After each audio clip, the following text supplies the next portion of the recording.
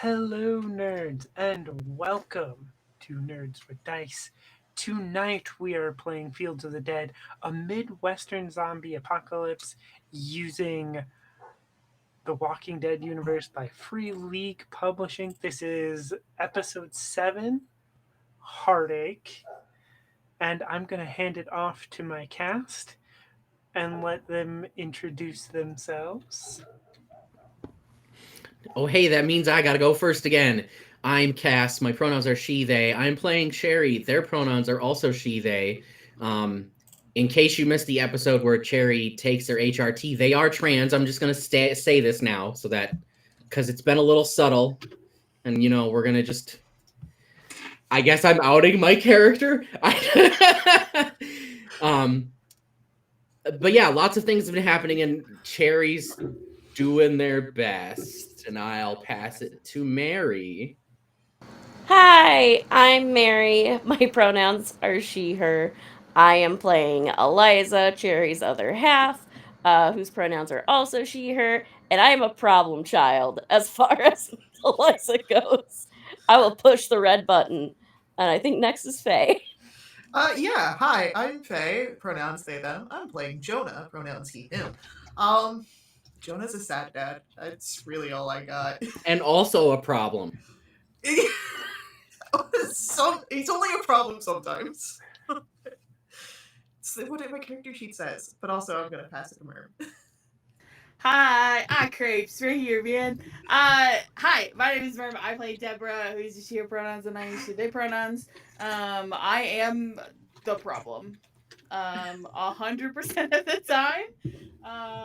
And yeah, that's just Deborah things. All right, folks. And I am Sophia Olivia Scott. I am your storyteller. And of course, as always, you can check the chat for all of our links, merch, YouTube, Discord, and our content warnings, our general content warnings. And of course, we have gone through session 0 and all of our safety stuff. We have tools out there ready to keep ourselves safe. You make sure you're keeping yourself safe and walk away if you need to. You can come back later. You can come back at future episode. You can just read the highlights later and come back for a future episode. Let's see. We have a monologue, I believe. I was promised a sad monologue. I don't know that it's sad. I never claimed it was going to be sad. I just teased everyone with the big tissues.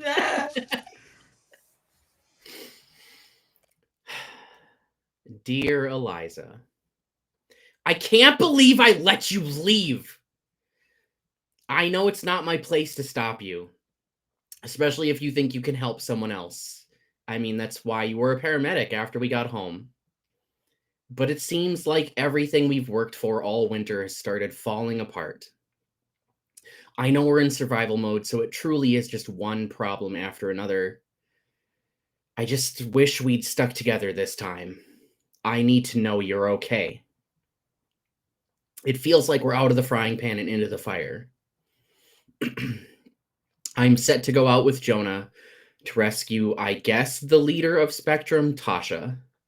She's been taken by those bikers, and they're apparently at a bar outside of town. I'm hoping to just make a trade. We've got one of their members, their person for our person. But I'm sure it won't be that simple. Nothing ever is.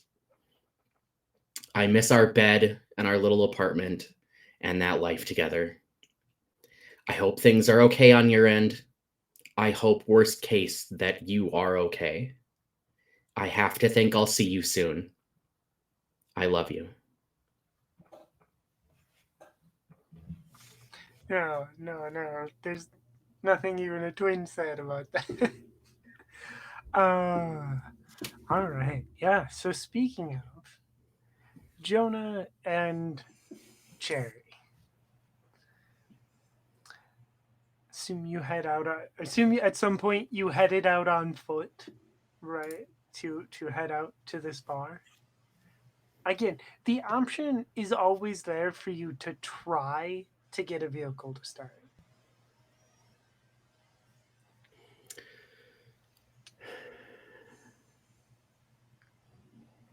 I mean, we do have to somehow deal with this guy's bike too.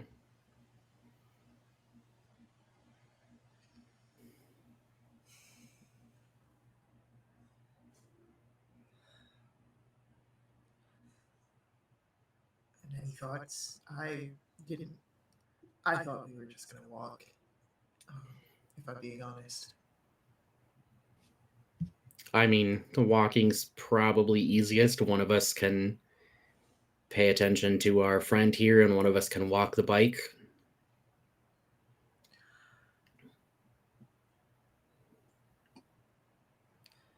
Yeah.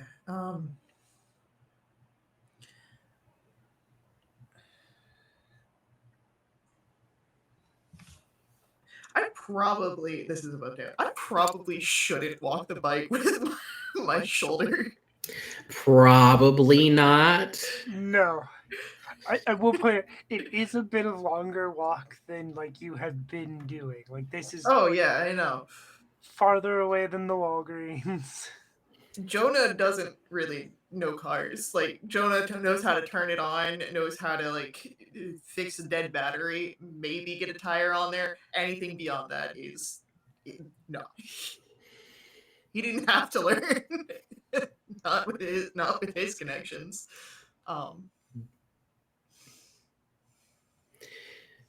I mean, there's the one hand of like, is it a worse idea to have a loud vehicle than it is to walk, versus is it a worse idea to however long walking's gonna take, plus how do we get back?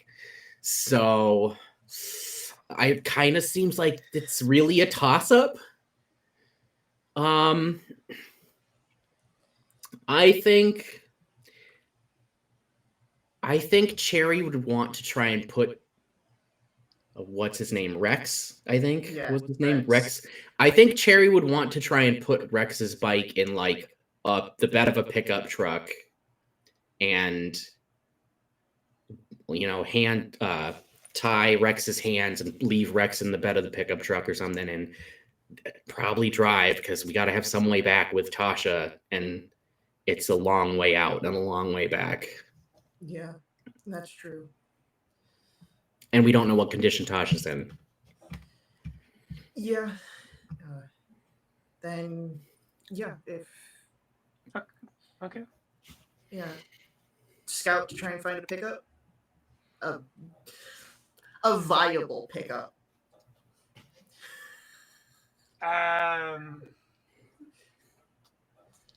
Let me pull up the sheet again.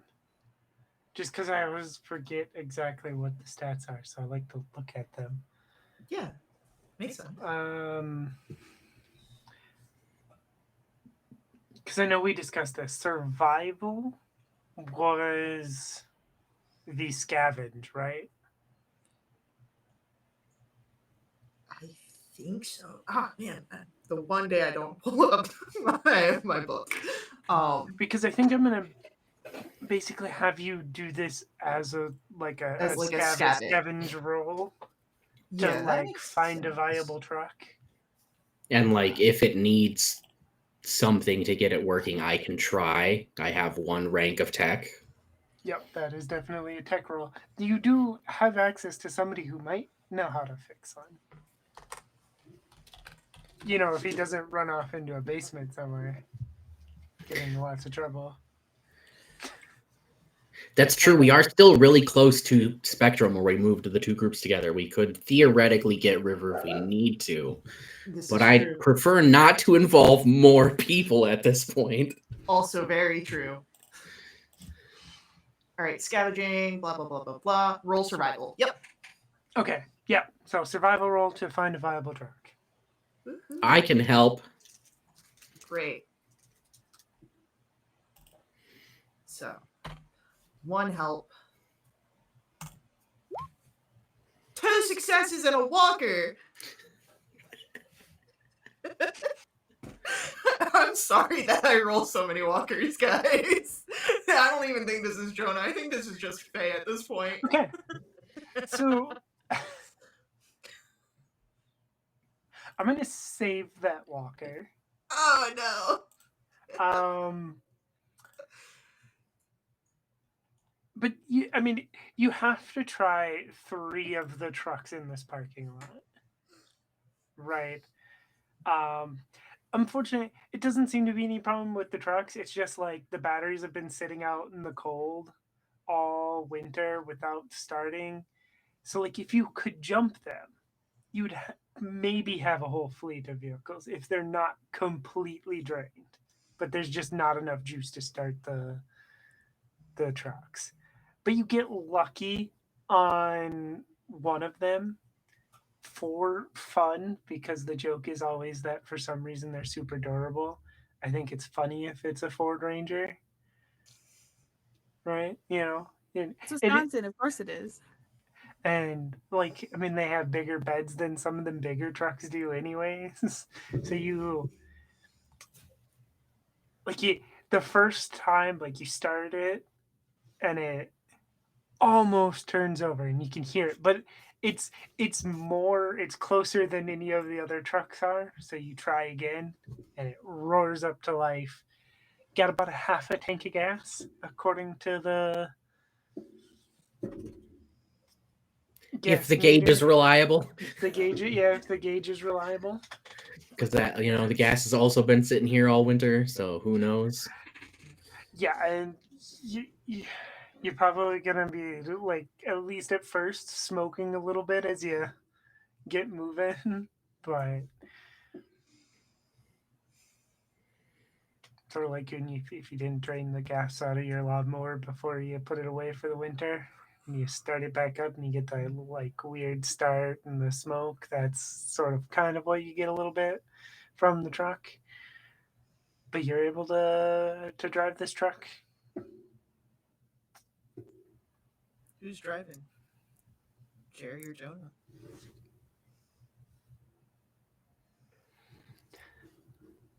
I mean, considering your shoulder, I think it makes more sense to have you like keeping an eye on our passenger.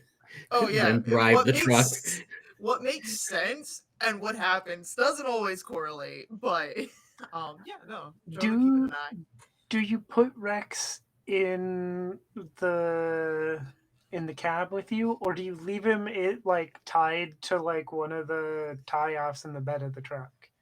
Oh, well, I definitely like he's got to be able to walk, so I didn't tie up his feet, but like I tied up his hands and then I tied him to one of the tie-offs in the bed. And like I'm gentle about it. I'm not mean. I explained to him what the plan is and that like I would prefer he gets back to his group unharmed more than he currently is. And if he cooperates with us, it'll be, easy street. Okay. And frankly, if he's been riding a motorcycle around in the current weather, riding in the bed of the truck is no less cold. All right. One mobility roll then. As you drive, you're gonna, have to dodge walkers and other cars as you drive, but 4 successes, baby! Nice. But 4 successes is a lot of successes, and so you're driving successfully. You're driving in like I do that perfect 90-degree backup to get out. yeah, everything is perfect. You don't hit a walker. You don't even like scratch a car. As you're driving, you can kind of like feel that like one of the tires might need a little air because you can just feel it as you're driving. You're just doing so good. Drive out past you drive past the Walgreens and past like there's like a hotel stuff. You drive past it, past the turn for Carson Park. And you start seeing the signs for the bar. What's your plan? Do you just plan on driving up and be like, trade?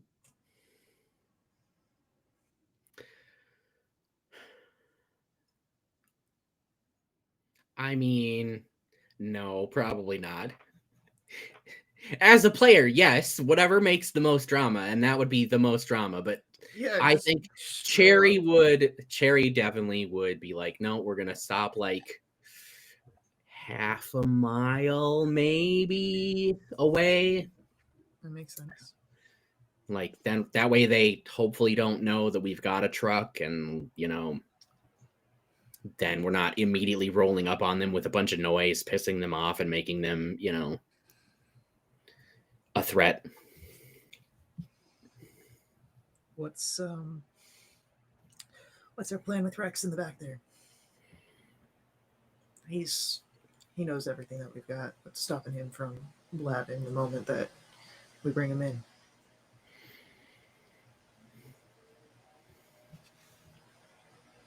Do we hold him outside? Negotiate without proof? I mean, I think once we stop, I think we'll gag him. Okay. And we'll negotiate from outside, but with, him in view. I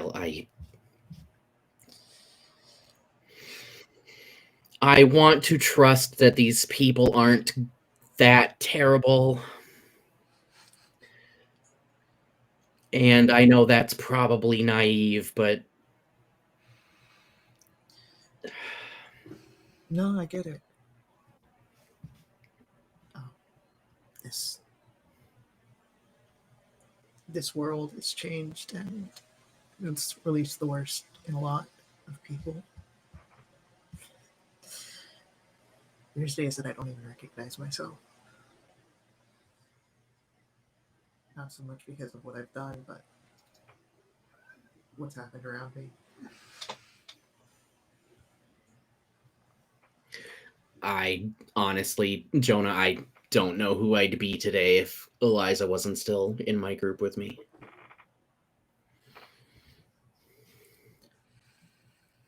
I'm glad you have her.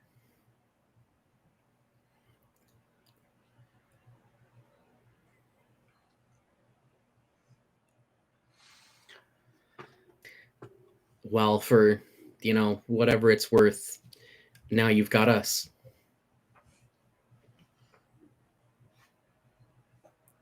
Yeah, I think I do. As weird as it is to say and even think about. It's a good weird, though.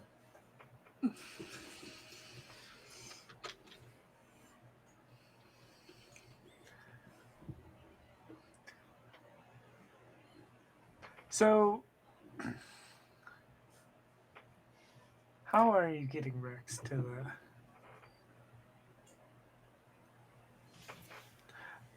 I feel like T-Rex, come get the beer. Do you tie him to his bike and make him push it? No, I feel like that gives him too much freedom. Not in a like that came out so bad. No, I feel like if we do that, he's gonna take advantage of that. If you have the keys for the bike, he can't like do anything other than he's tied to a few hundred pounds of metal. He's kind of just got to push it. This is also very true. Plus there's the incentive then for him to not cause trouble, because where's he gonna run tied to a bike with no keys? Yeah. Like if he alerts walkers, he's in more trouble than we are. Very true, very true. Yeah, that's a good plan.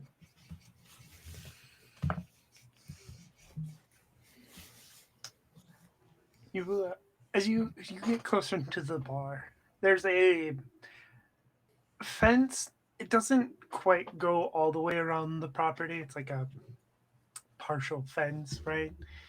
But they have chained walkers to the fence with like metal chains. All of these walkers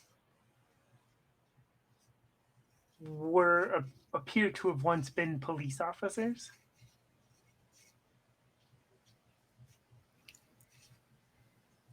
But I guess In theory, it adds a small amount of extra defense to their bar.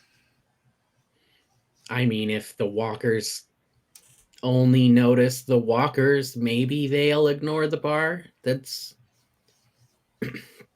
I mean, I've heard stories about people, sliming themselves up in guts and being ignored.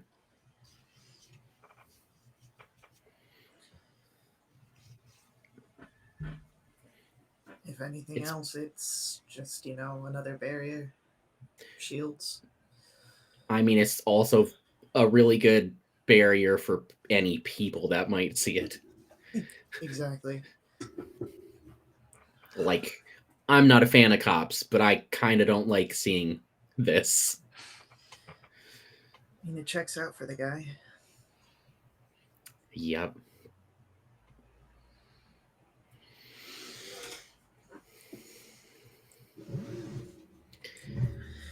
Guess there's nothing left for us to do except for what we came here. Maybe. I hesitate to say it because it feels like I'm going to jinx us, but maybe our luck's about to turn.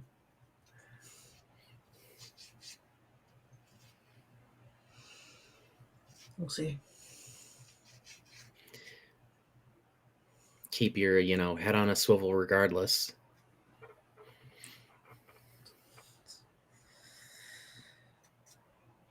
And he nods. You would notice that, his eyes are already, kind of just taking things in.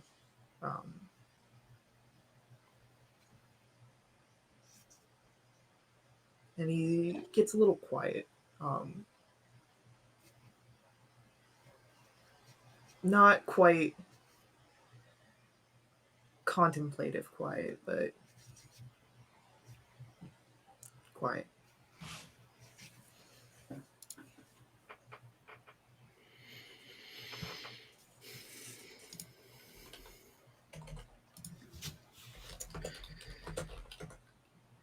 Well, we probably should get out here.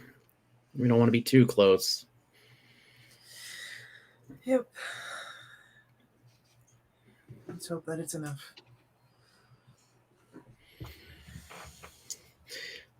Bring the truck to a stop, turn the engine off.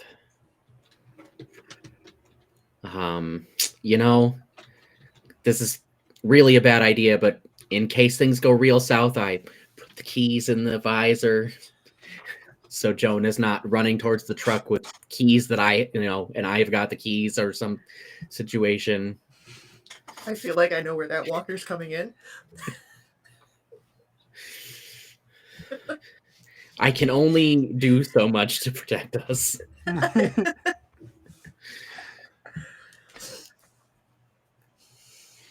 Hop out of the truck. Start pulling Rex out. Right, Rex, we're gonna put a gag on you. Can't have you deciding to mouth off or anything like that. Like I said, I want you to go back to them and I want our person back. And, outside of this is hell and we all need to survive, I don't hold it personally against you. But if you try anything, then I might change my mind.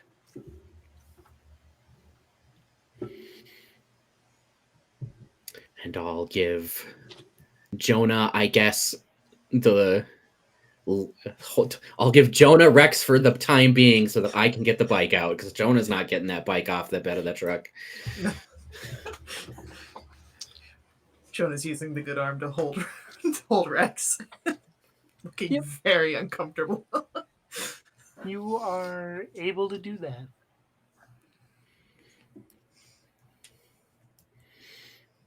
And then we get the bike down and we tie Rex to it, and all right, here's your anchor. Keys are not in the bike. Yep. Yeah.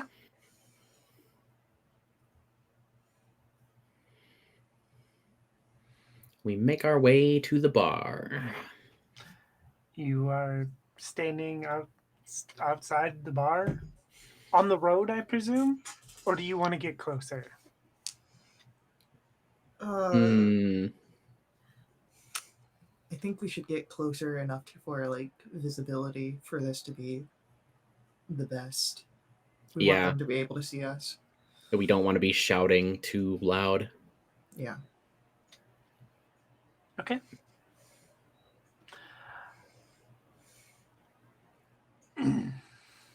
There isn't a lookout or anything. You don't see anybody. You can hear a couple people inside the bar, but you don't see anybody. Can we see if and how many other bikes are parked at the bar?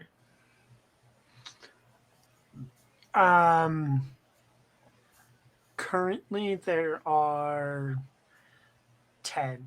I believe I said you've seen like 20 before. There are about 10 at the bar right now. Okay.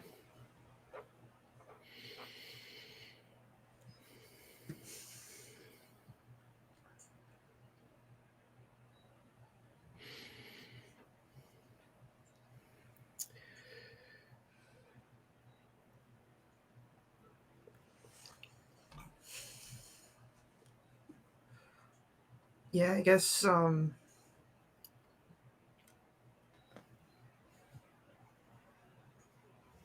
don't want to get too close to where I'm risking getting shot.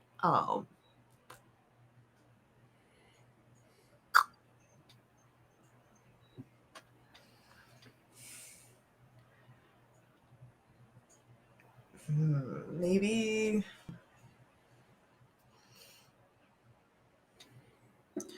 how far away would be the front door of the bar to just inside the fence?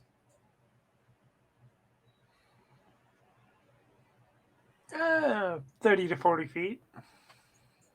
That's a pretty Okay. big dirt parking lot.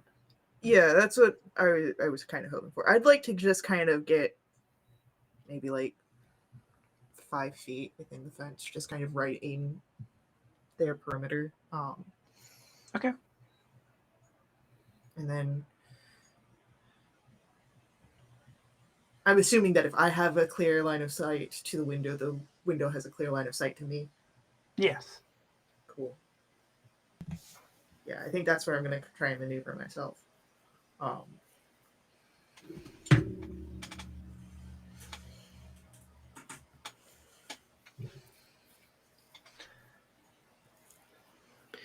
I think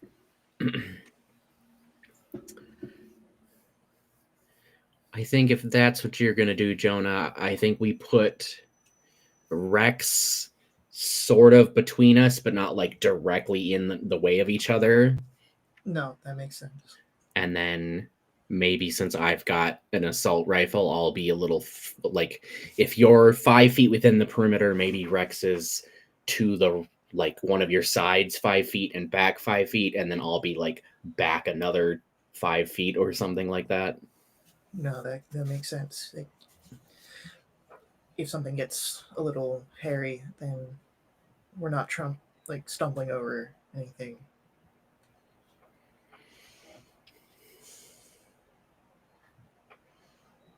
So yeah, nice little diagonal, staggered out.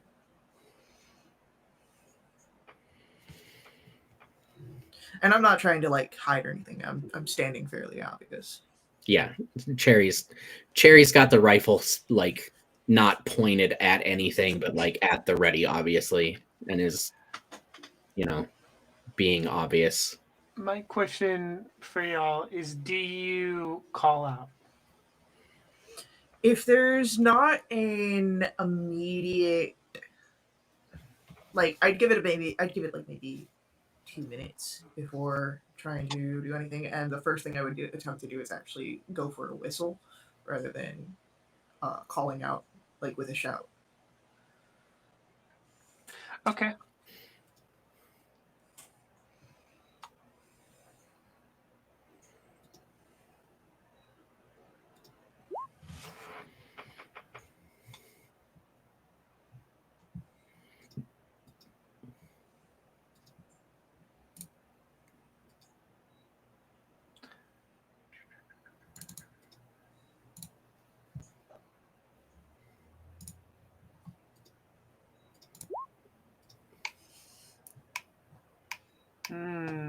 not looking good.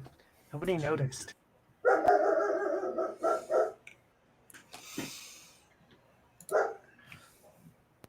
I look back at Cherry and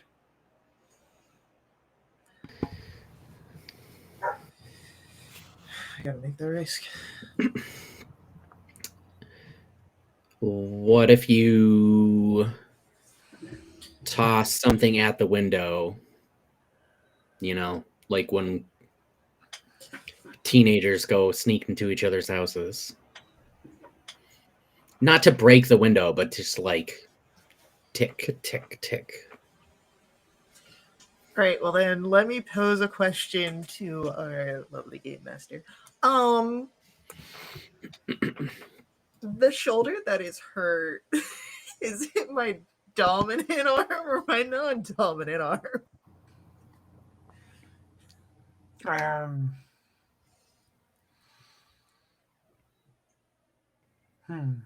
For the sake of this, we'll say you're non-dominant. All right, cool. Then yeah, I feel confident with trying to throw something to take at the window.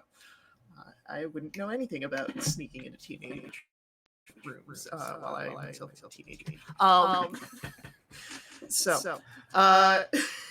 Roll 4. Which one am I rolling? Or wait, no, ranged combat. We'll Okay. call this ranged combat. It's more or less the same thing. Yeah.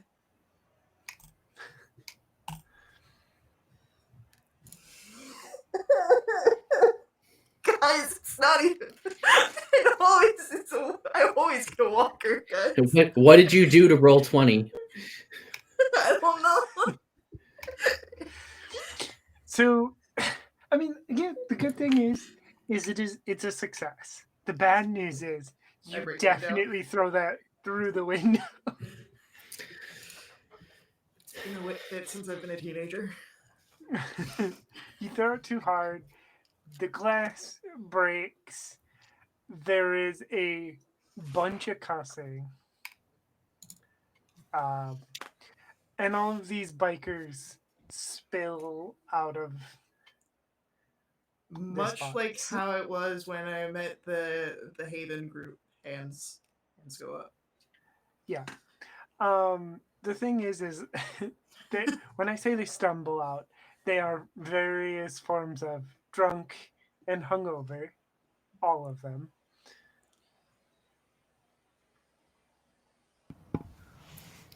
Except for one of them who follows the rest of them out at the end. He comes out, he surveys everything, and he says, "What the fuck is this?" A negotiation. Who says I want to negotiate? I would imagine, 10 years of brotherhood means something to you, and I motion over to Rex. Oh, Rex, you stupid fuck. What did you do? He looks around. Unfortunately for him, you are right that brotherhood is supposed to mean something, and he has most of his club right there. Fine, we can talk. All right. You've got someone that is close to us, or close to me. I'd like her back.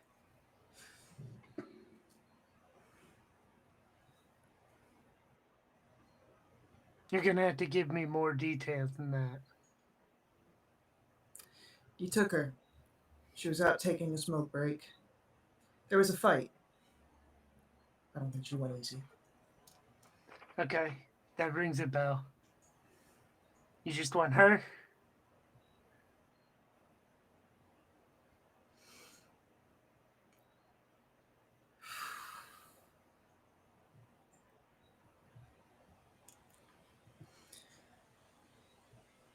She's the only one I have connections to.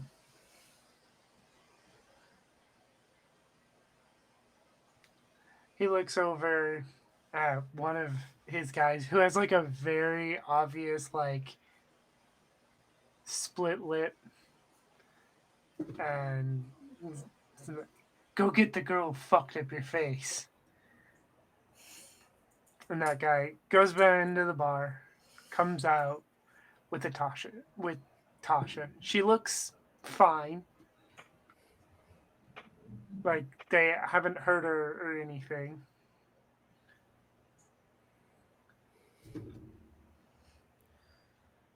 How do you want to do this? She walks over. Rex walks over. Once we have Tasha and you have Rex, I'll toss over the keys.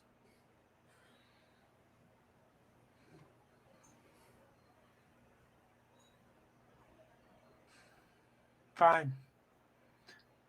Start walking, little miss. And one of the guys like gently shoves Tasha towards you. She starts walking towards you. Do you wait until she's with you to let Rex walk, or? No, I'll let Rex walk ahead of time. I still hold on to the keys, though. I wait until Tasha is over here before even bringing those out. Okay. So you get Tasha. Rex gets over there. One of the biker guys does pull out like a pocket knife and cut the ropes that tie Rex to the bike. Mm-hmm. All right, toss over his keys. As I'm taking steps back, slowly reaching into the coat pocket, pulling out the keys, and I want to hurl them past the group. Tugs like sneers at you. And then he hauls off and punches Rex in the face. I'm just moving Tasha and like turning to Cherry. Yep. Are you running? Yeah, I am. I'm the one that's closest to the bar. I don't want to be here. Okay, that will be a mobility roll, so go ahead and roll that. All right, guys, let's get another walker. Three's the charm. Oh my god! How?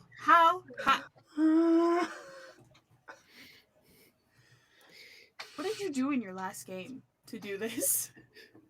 That was 2. The last game that I played on Roll20 was last session.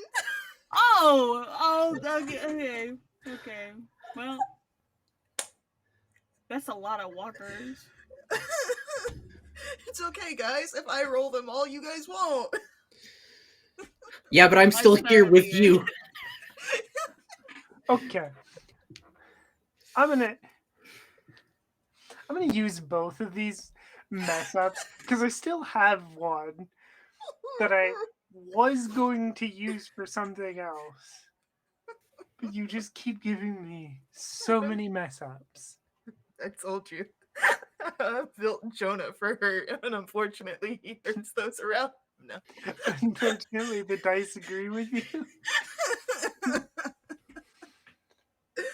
You start running. You have Tasha in tow. And, possibly expected as you start to get away, you hear Tugs saying, well, go get them to, his guys. A few of them forego their bikes and start running after you. They got guns and weapons and... So I will say, while Jonah started running, Cherry was like rifle kind of down, but was backing up a little more slowly because they were further away than Jonah. So the moment people start running at us, I'm going to start shooting. Because that's probably the only thing they're going to listen to at this point. I'm not shooting to like kill them. I'm trying to shoot near them to just like get them to stop. Okay. So, Jay, the first guy, he's running at you. This is where this these mess ups are gonna come in things are going to get chaotic, right? You shoot at this in the direction of this lead guy, right? You shoot in his direction and he stops and then he staggers and you're so certain you didn't hit him, but you have like a moment of doubt before you see an arrow protruding from his chest and he stumbles over and very quickly you find yourself in the middle of a firefight between a bunch of people hiding in a field across the road from the bar and the Brothers of Hades. Cool, fun, great, cool, great, the best. And I think because it's been a little bit now that since we've touched base with our other group, we're gonna jump over, see how Deborah and Eliza are doing. You have a whole gang of people with you. You have this truck. Deborah, you may not really know how to drive a truck, but you do know one thing. This truck, especially with the trailer, is too damn big to go the way that you got here. With all of those cars jam packed up on the highway up on 53, there is no way you're getting this big ass truck through there. So you're gonna have to drive a different way, Okay, which isn't awesome. too big of a deal. You think Yeah. like there's plenty of roads that you can use to navigate, Yeah. but it's just might be a little less straightforward and a little more sketchy. Yeah. And it was pretty like clear on our walkover. Like of walkers. Yeah. Okay. Yeah. Then I would like to try to just hit side streets. Okay. Make a mobility roll for driving. Mobility. Yep, mobility. Okay. And while you make that roll, Eliza, where are you? Are you in the trailer with Chase and Mac? So I guess it depends on how long we've been driving and how stable Chase was. um, as far as you can tell, without like a host of medical equipment, Chase is stable, unconscious, and a little groggy. You've only like been driving for like a couple of minutes. Chase like is in and out, very much severe concussion symptoms, right? In and out, incoherent, doesn't remember waking up in every the few, little bit that they are. That he is awake, but Mac isn't leaving Chase's side. Um, seems to like glance at you like with questions, but is very much more worried about Chase at this point.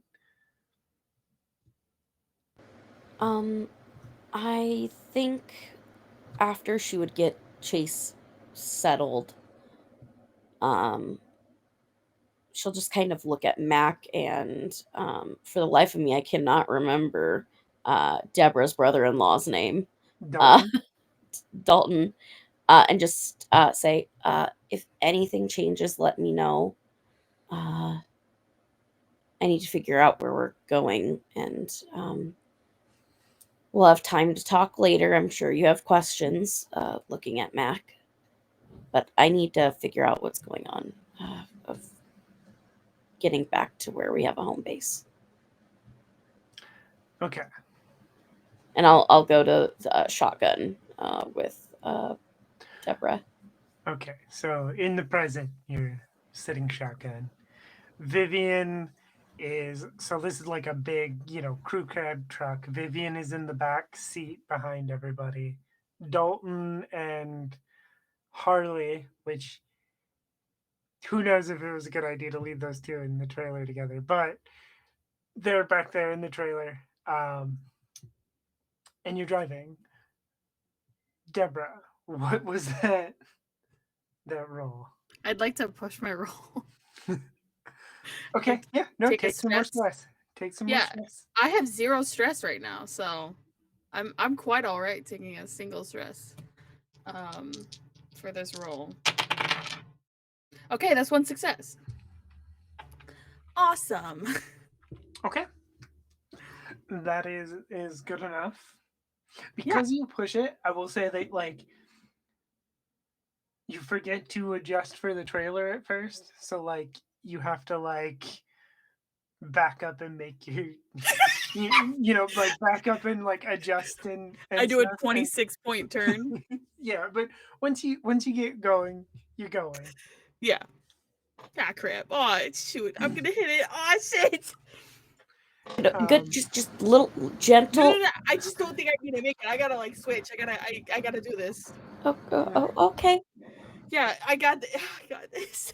You don't hit any of the other cars in the parking lot. You get on the road, right? And there's both no traffic and traffic. It's kind of weird because like all the cars aren't moving, but they're in the way. But you manage not to hit anything. But you're moving maybe a tad slow. You get down the road. So the way the mall is like to go the direction y'all want to go, there's like a curved road that goes back and you get on another side street road and you get to another major thoroughfare, right? Yeah. That I can't remember the name of. But you get there and that is when you get your first problem. Because here it is not clear of walkers. Oh. As you pull up to this intersection, you see a couple miles down the road is an exit ramp off of 94. Yeah. And you seem to have a part of this horde you were warned about has broken off and wandered up the exit ramp and down here. So you have a decent sized swarm in front of you, cutting you off from the other side of this road that you need to get to. Awesome. Okay. So I'm driving like kind of like a smaller RV basically, right? So you're driving a truck with a camper trailer attached to it. So like Okay. think like a big like Ram Horn edition Dodge or Yeah. whatever. Yeah. Some big oversized truck that with a big oversized camper trailer attached to it.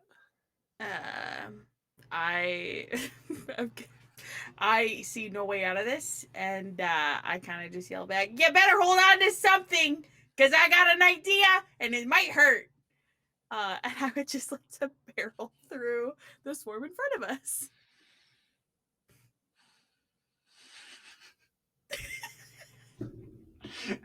I wondered if that'd be a choice. It's Deborah. What are you talking about? Of course it is. This should probably be a mobility roll, but for laughs, I'm going to ask you to roll force. Okay. And then because I see a swarm, it's not like a couple walkers. Do I take a stress? Oh yes, thank you for reminding me. Keep on. Eliza also is in the passenger seat, so you also take a stress for seeing all these walkers. Eliza, hold on to your buns. Vivian straps in, like puts the seatbelt on in the back seat, rolls up any windows.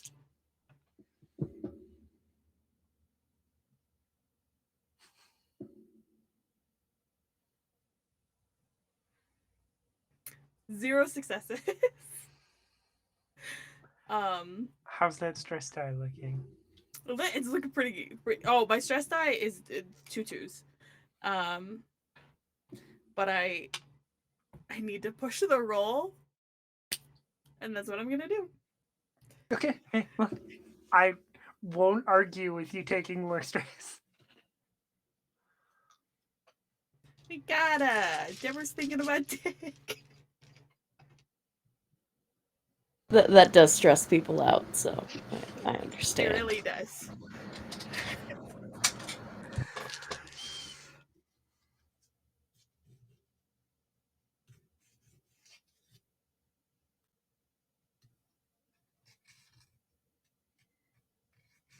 Okay, that's 1 success. 1 success. Whole lot of 5s. Ooh. And then my stress die are it's the success and 2 5s. Okay.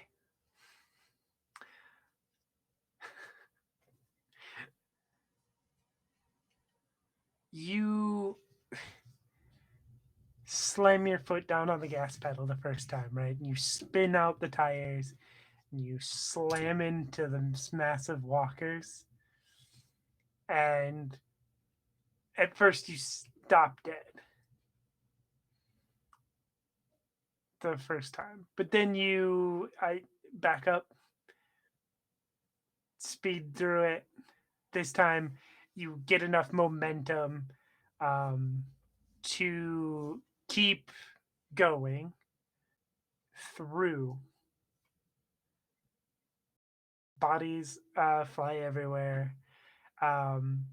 Your windshield is splattered with gore and other things.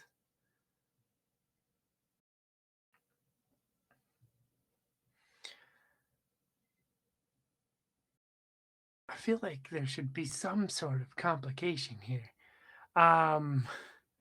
You didn't get a mess up, but I feel like driving through that many walkers, there's got to be some sort of complication.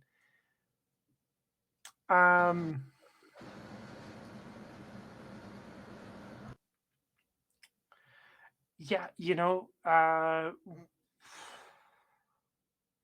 as you get towards the end, one flies up, smashes through the windshield in between you and Eliza.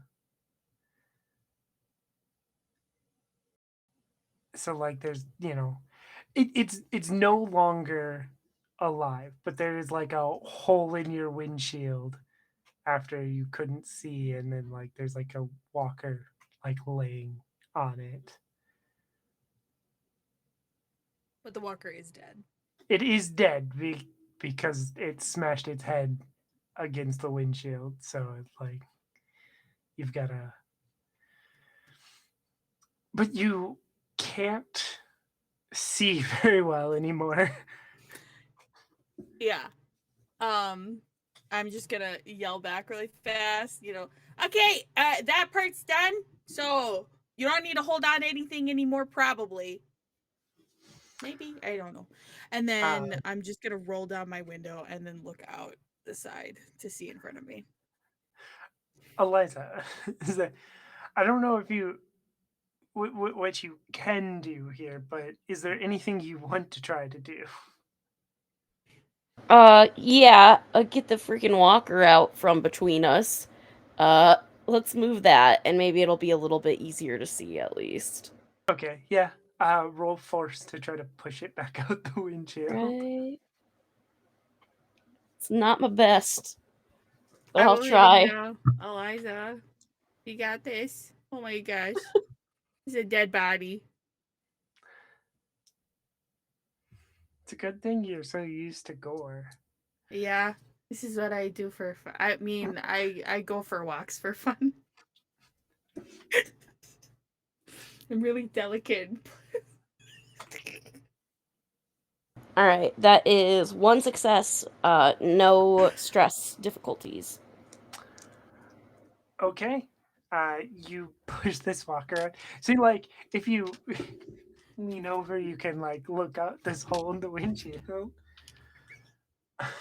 uh, in which case, so like Deborah, roll mobility again as you drive uh, towards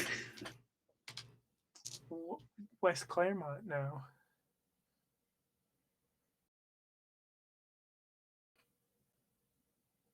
One success.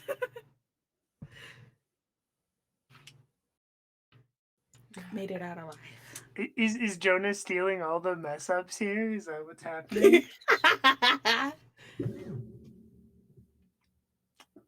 All right. There's a couple close calls because it's a little awkward with your how you're trying to drive, but you manage to get yourselves towards West Claremont, which is where you need to go.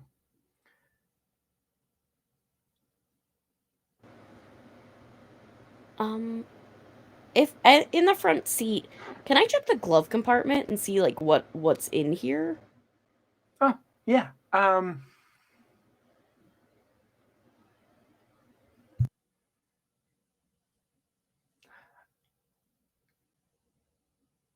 There's not much in the glove compartment. I was debating whether or not to have you roll a survival roll, but it's just the glove compartment.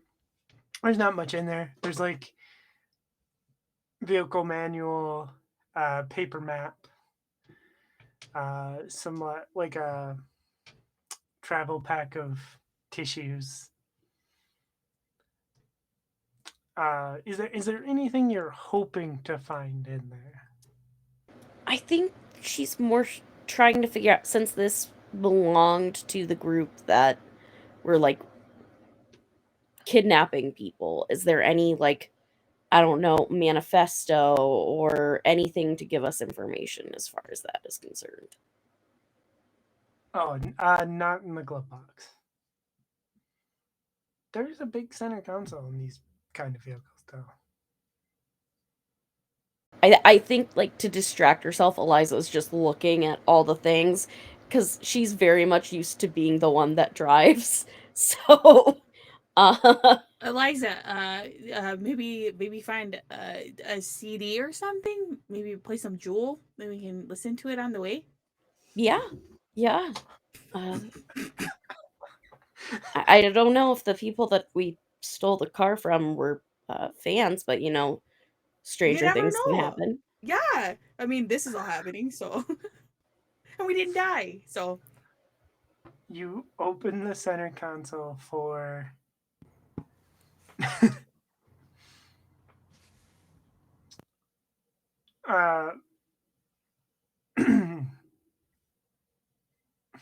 looking for CDs, I assume. Yes. There's like a manila envelope in there and a handful of CDs. I mean, it's what, 2010-ish? I don't know what was I don't remember what was Can I suggest a CD because it popped into my head? Yeah, do it. It's Alanis Morissette. Whatever album has Ironic on it. hell yeah. That's what popped into my head. Suddenly the two of you are driving this beat up thing listening to Isn't It Ironic? It's right on top. It is pretty ironic. The Alanis Morissette sound good? I mean, crap, we're in the middle of the zombie apocalypse. We're never gonna have a chance to listen to her ever again. All right. She'll just kind of put it in, and like as we're driving along, she'll just say,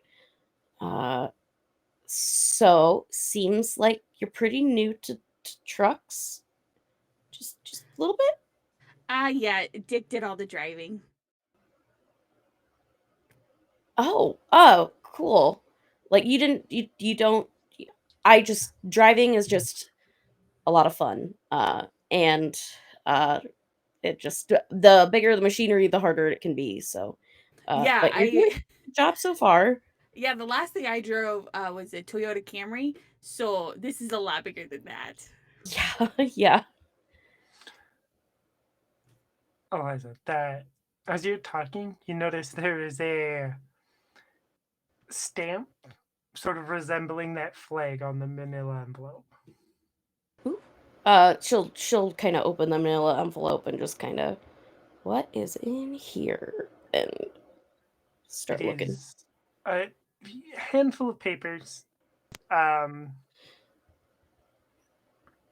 typed on a typewriter detailing like their orders, which basically are clear the area, um, either like their orders are basically clear the area, right? Either take people prisoner and you bring them back for trial, or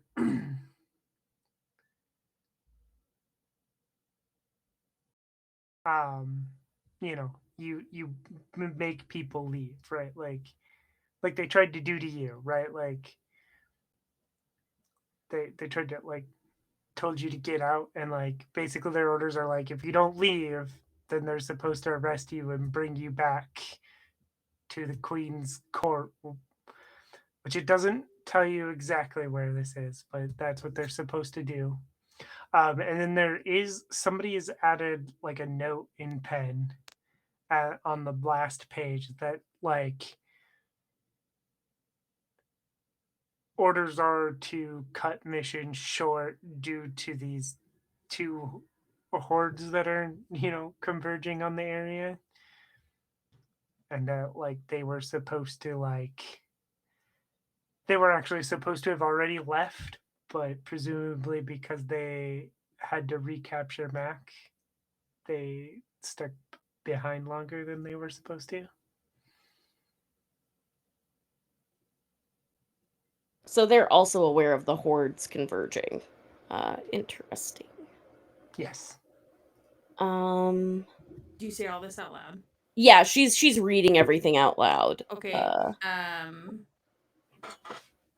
Deborah's very suspicious of Dalton. For knowing something that a cult knows as well. I love how you draw this line when it's like they've both just been out in the world and seen the two hordes. I don't like Dalton. What can I say? Debbie who? Ew. Okay.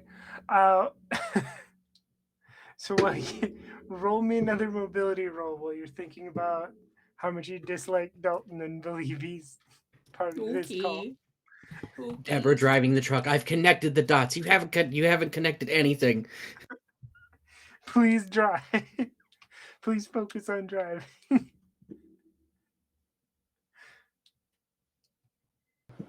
It's 2 successes. a get it. Faye's really just absorbing all of the bad rolls.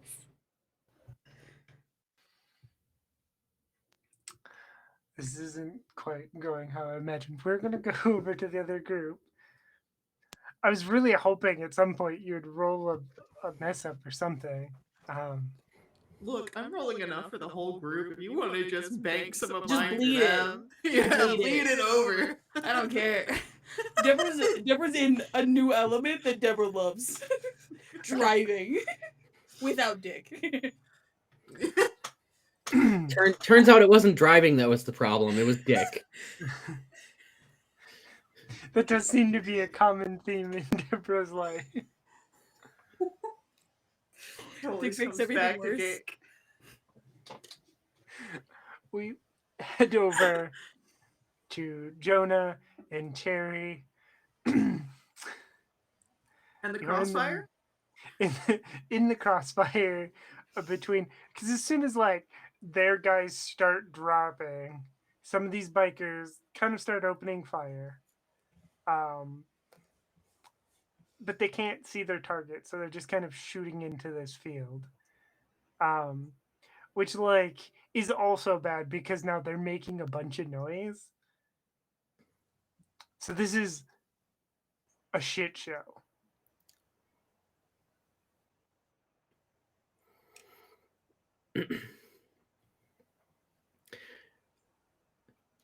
I mean, there's the whole part of me is like, if we are lower to the ground, we're less likely to get shot, but then we're also slower. So I think Cherry kind of like ducks down and hustles their ass as fast as they can towards Jonah and Tasha.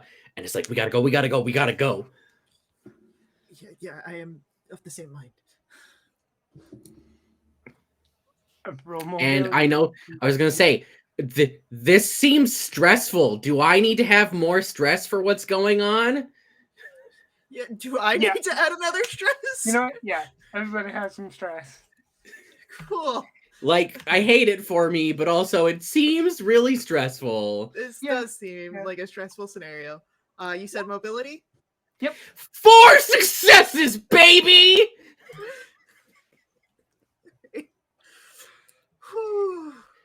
I grab the back of Jonah's shirt and I just...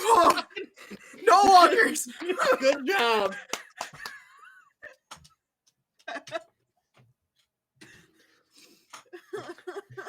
That's all I care about was no walkers.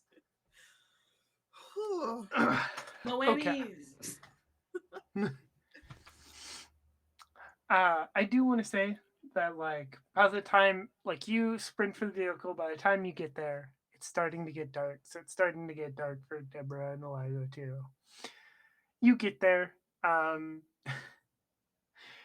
Cherry, you, with 4 successes, you run ahead, you get to the truck first. And as you're there, you notice that the people attacking Tugs's group, like you actually spot some of them in the field. It is a group of teenagers with bows and arrows communicating silently to each other in the field with sign language as they attack Tugs and them with the bows and arrows. But as far as you can tell, like, Tugs shooting blindly isn't going well for the bikers from your vantage point. And so they definitely seem to be losing, especially since some of their comrades have gotten up and tried to, tear their faces off. You hop in your truck. Keys. Pull down the keys. They're right where you left them. Truck starts up. I will drive towards Jonah and Tasha to pick them up faster. Okay. Yeah. You do that. Everybody can get in the vehicle and you take off driving back home. Roll 1 mobility roll for driving back. You have a bit of a shorter, less stressful route than Deborah does. 1 success. That is good enough. You have a couple close calls because you realize, like, you turn on your headlights and you realize one of them doesn't work in the dark. But so you have a couple close calls, but it's good enough. You get back safely. You have hopefully Tasha. You didn't end up full of holes yourself after being in the crossfire. Things are looking up for you.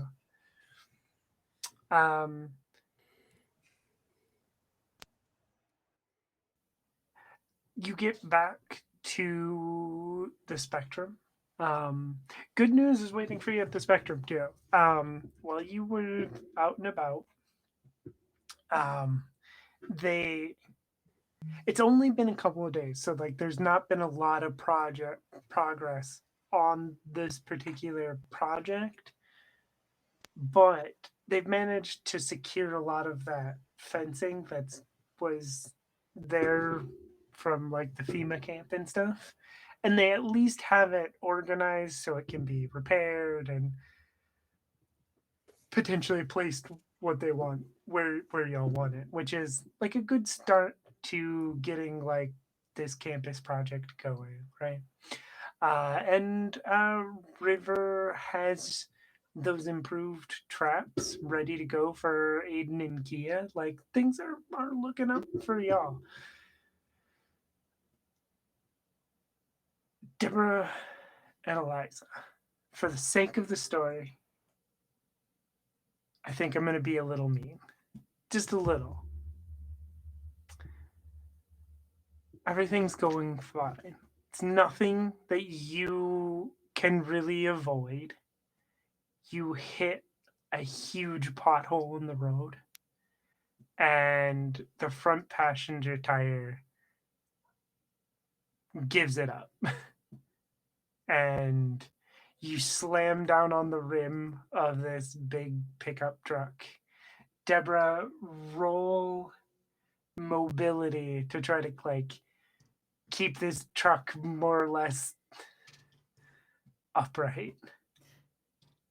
Yeah. Yeah. It's been going well so far for you. Well-ish.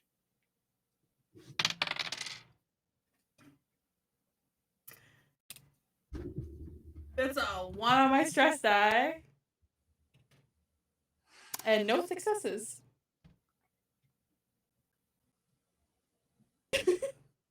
So clearly what's actually going on is not that Faye's got all the bad luck, it's that I've literally taken all of the luck. Yeah. You this tire blows out. You slam down onto the rim. You careen into another vehicle. You hear a snap as the trailer comes loose behind you, tips onto its side.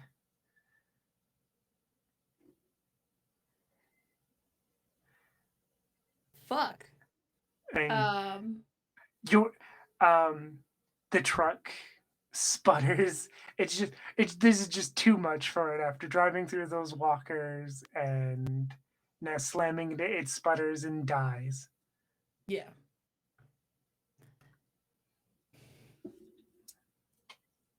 And is it just Eliza and I in the truck? Is everyone else in the trailer?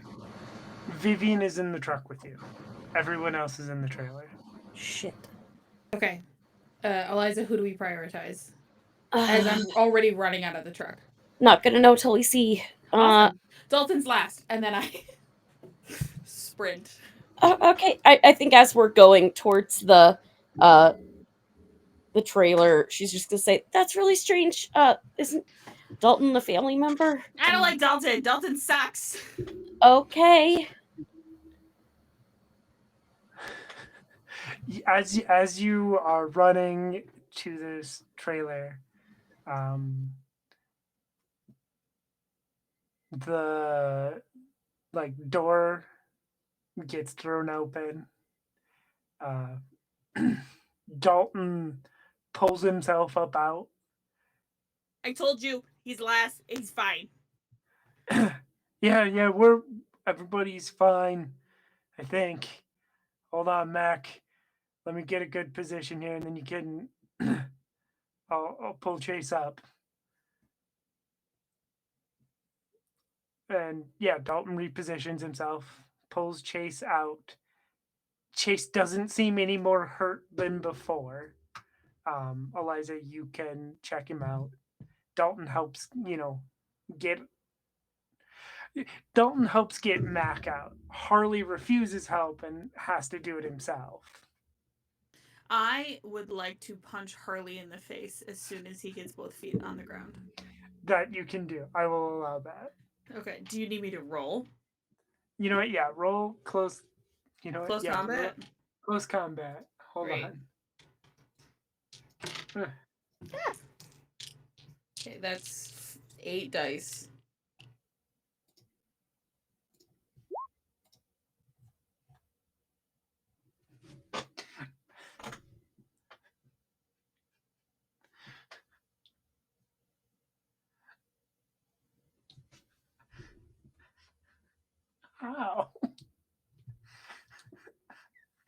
The Harley has 9 dice in close combat. And I have 0 successes. It hates my NPCs. I'm telling you, they're almost always rolling 0 successes. How did Deborah do? Cass just steals the luck. That's what it is. That That's the happens. science. That happens to them. How did Deborah do? Yeah. 0 successes. And a 1 on my stress die. Hey, Deborah. Yeah. you go, you go to punch Harley. Yeah. I think maybe it's Okay. just like maybe it was an injury like from the accident. You don't know, but you Yeah. slam your fist into Harley's face, which doesn't seem to do anything to him. But you immediately know something's wrong. Take 1 damage, Yep. and there's something wrong with your hand. You don't know if it's broken. You don't Yeah. know what it is, but something's wrong. Yep. Eliza? Eliza's trying to break this shit up like a kindergarten teacher. You fucking asshole! You fucking did this shit! Just screaming. And it's just gonna say, that is enough. Absolutely not. Harley did all this shit. I will say I should not have punched Dalton at the mall. But here we fucking are. That is big Now of the fucking Deborah truck's broken. to admit. Okay, Deborah, you crashed the truck, if we're all being honest. I appreciate you, but we are working as a team, and as much as Harley has a very punchable face, sorry, we need to work together until we get back, okay? We got this. It will be okay. I'm fine after this. I just needed 1 swing because I fucked everything up. I'm cool now. Okay, we need to talk about some better stress relief for you, okay? Because, like, having to go and kill things every time when you're I stressed go out. on walks. They're just walks. Deborah, I've watched your walks. They're just sessions where you take out all the walkers, which it's appreciated, but I don't know how that can be okay for yourself. It's how I get. It's the reason that I don't do it. You know, I haven't killed a walker in a few days. I'm stressed. It's gonna Okay. be okay. I'm just stressed the fuck out. All right, as we walk, do you want to talk about it? Because, like, if you need someone to talk to, like, just, I'm here. Yes? Question mark? I don't know. Okay. We'll talk after everything. Well, look, we need to put something together. Can Chase walk with his condition at the current time? I thought No. Chase was unconscious. Okay. Yeah, So, Chase is fine. Like Dalton and Mac were like able to keep him from like they kept him from getting more injured. looking inside of the trailer, I know it's pretty busted up. Is there objects we could use to create some sort of sled to carry Chase on, just to make it a little easier, There's like sticks and a sheet or something like that? there's definitely cushions. Like I guess how do you jump? Do you go in the trailer? Yeah, Eliza will go in Okay. to look for stuff or anything of note in there. Roll survival then. Okay. Survival. Okay. We'll see what you find.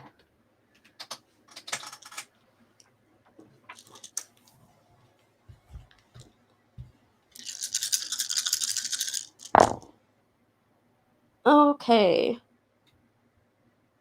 I am going to push. We have no ones on the dice, which means I take another stress. All right, there we go. That is a success. No one's on stress. Actually, 2 successes. And I am at 4 stress.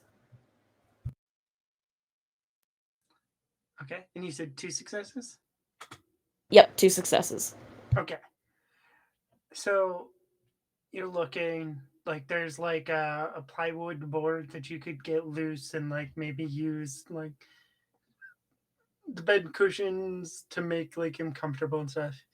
You move some stuff around and realize that you just got really, really lucky. So there's like a little first aid kit, and somebody, when they packed that first aid kit, packed an extendable stretcher with it. Nothing Amazing. too fancy. It's like some sturdy plastic poles and a nylon piece of cloth, but it'll work.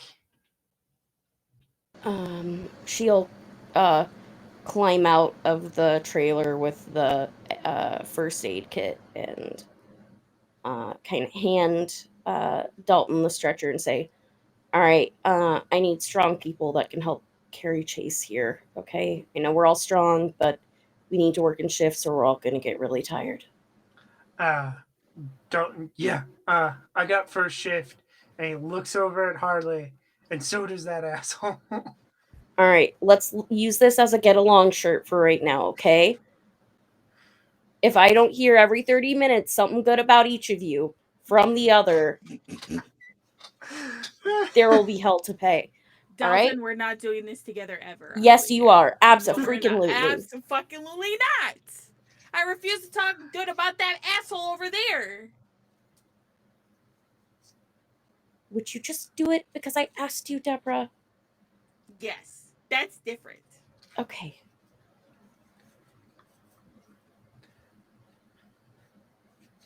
So on either side of you, so there's like, there's like a Kmart type shop on one side, like a makeshift strip mall on the other side, and like a row of shop type things.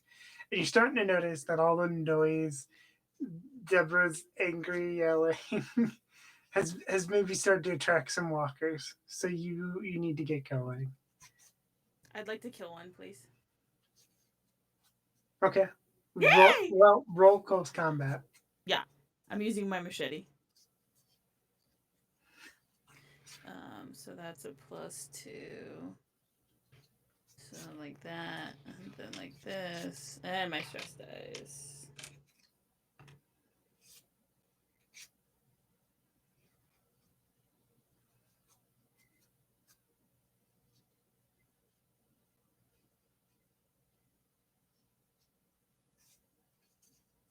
Three successes. Okay, yeah, you kill a walker or two.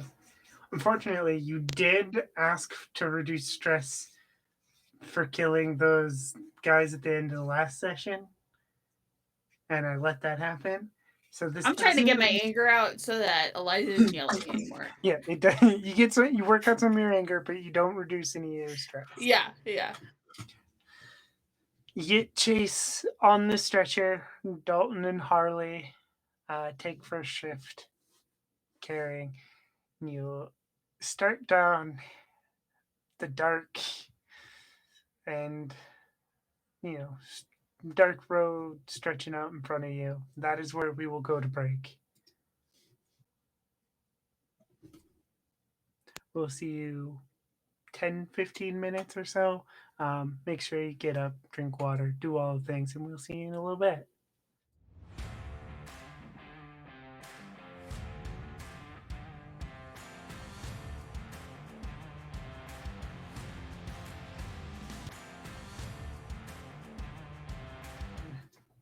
Hello, nerds, and welcome back to Nerds with Dice. Of course, we are playing Fields of the Dead, a Midwestern zombie apocalypse. That is not the right thing. We have a content warning in the chat. I did forget to mention it. We are technically, it is the 18th. We are technically in our Halloween event right now. We are kicking it off with Fields of the Dead. We've got a lot of shows coming up. We will talk more about that in a little bit, but y'all just crashed your vehicle. You're I walking. crashed the You vehicle. yeah. Deborah crashed the vehicle. You're walking in the dark. You know, these roads, when except like for like Eliza, maybe even Jonah, if you lived here before, it never seemed that long before.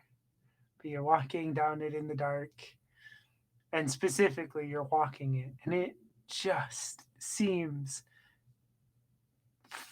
to stretch on forever.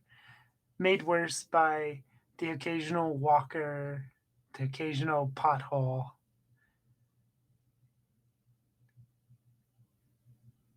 How I want to ask Eliza because I think we kind of know Deborah is angry. Eliza, how are you feeling about this? Um, how does Eliza feel? That is a question. I think right now, very much her training is taking over, where it's like, I am going to deal with all of the stress and shit when I get home, but I have to get these people home right now. And she she definitely feels like she is on the precipice, being at 4 stress currently, of just making one wrong turn, and she's just constantly trying to not let her anxiety take over, because if that happens, it's over. Like, she'll shut down, and we can't have that right now. So I think she's focusing on the task at hand. She's focusing on trying to make sure everyone's getting along at least as well as they can. Uh, and I think, like, as we're walking and talking quietly, of course, not wanting to, like, let everybody know we're here, but I think she'll catch up to Deborah, uh, and say, so, uh, look, it's an accident. What happened back there? It's just an accident. I just had some anger that I had to get out.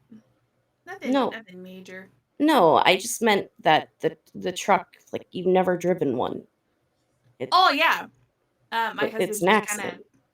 It's just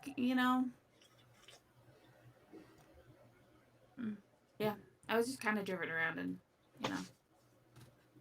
yeah. I'm just worried about you. That's all.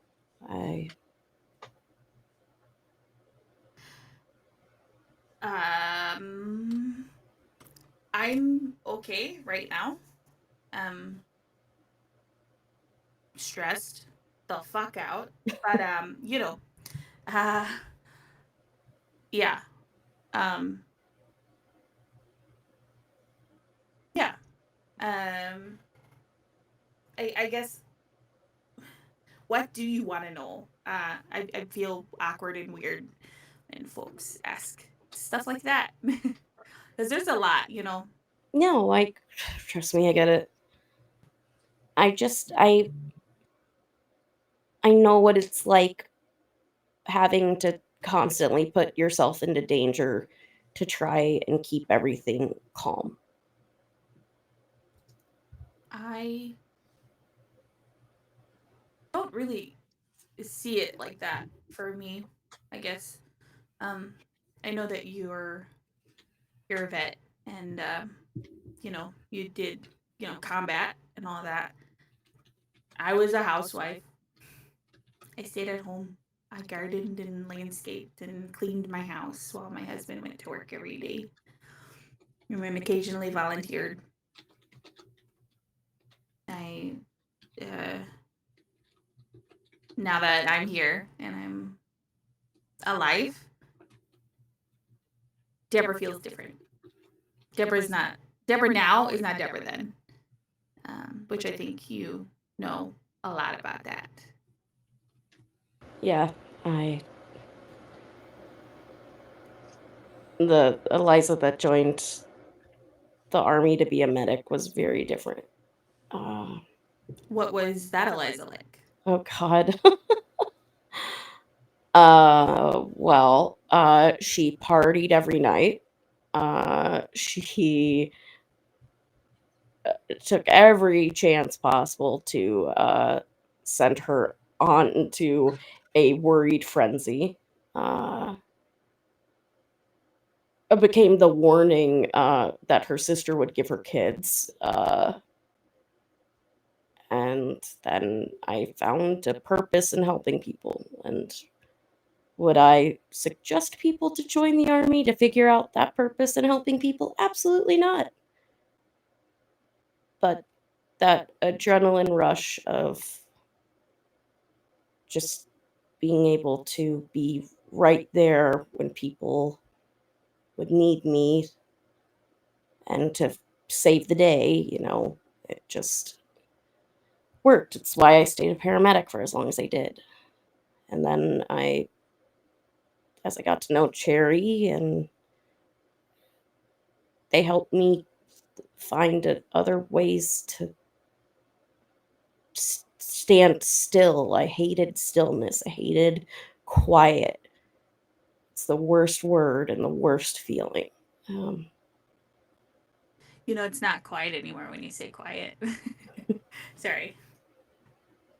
Yeah, it's, Cherry, it took a long time for me to be able to say anything that I'm feeling, and I still struggle with it, and something that they constantly remind me that I can ask for help and things like that. But it's kind of hard at times, and then I had to ask for help, and that was its own time. And I just don't want you to end up at a rock bottom point, because you are a wonderful person, and I just get worried when people go out into the walkers as much as you do. I go out into the walkers because I've already hit rock bottom. I don't think we've really had a full conversation. I've talked a little bit more to Cherry about, how I got to Eau Claire and to your hardware store and all that. Yeah, we haven't been able to talk much. I'm Yeah. usually inside, you're outside. Yeah. So I'm taking walks. yeah, those are Sorry.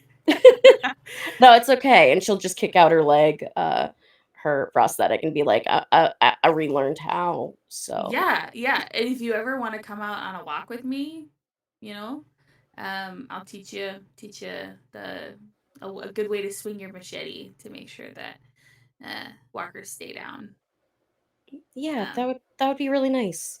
yeah. I Um, My hand to hand is nothing where it was. At least I was passable back then. Now they just hit me off balance, and I'm like a bowling pin. yeah, but then you can do stuff from the ground. Like they're not human beings anymore, thankfully. So if you take out a leg, they're not gonna try to figure a way to stand back up. So you can always, well, that's a conversation for another day. I But think that's the hardest thing that my brain has had to wrap around, is that they're not.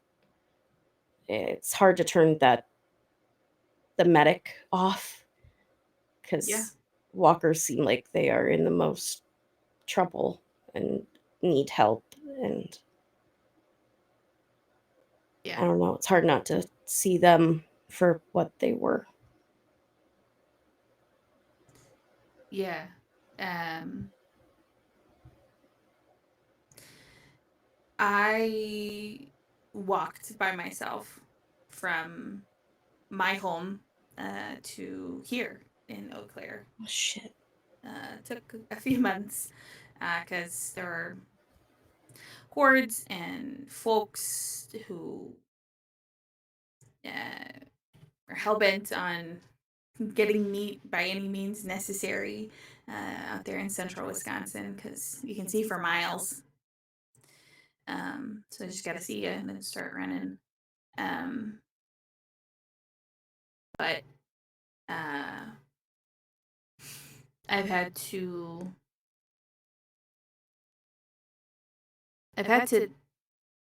take care of the people closest to me. I've had to watch the light of their eyes turn off and for their jaws to unclench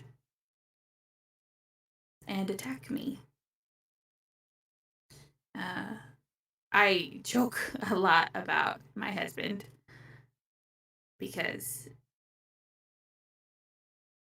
it was a complicated relationship, but in the end, he died first. And I had to make sure that he wouldn't wander like the rest of them. I had to do that for my community that was in our little cul-de-sac. I watched adults die. I watched some kids die. I had to do it because no one else would. I had to hold hands and tell them that they're not there anymore. I had to get slapped. I had to get shunned. And then eventually I had to run away. See if my parents were okay. Find that they weren't. And then wander. And now I'm here. Trying. Well, I'm glad you're here. I'm glad I'm here too. Y'all are much nicer than some of the other folks that I met out there. Not trying to eat my legs or anything, so already a plus. That sounds like a pretty low bar, but I'm glad that we were able to cross it. Well, now everyone else is at a pretty high bar because all of you raised the bar for me. I understand everything that you said. It wasn't family members, but coworkers. So, In your field, I feel like it's very close to family because all of you are on for 12, 16 hours a day. Living in a rural place, you just have to take those long ass shifts. And there was a lot of old folks in my community, so there was a lot of yas coming in and out, and making sure that everybody's okay. Yeah, it's, I still have every single, and she kind of like shows like this bag that she has. She has a bunch of these different name tags, just all like kind of attached to her backpack. I just don't want to. It's probably sentimental, but kind of collected them because I didn't want them to be forgotten, Yeah. Is your name tag in there? Not yet. Hopefully not for a very long time. I understand. Yeah. At least you keep them, Yeah.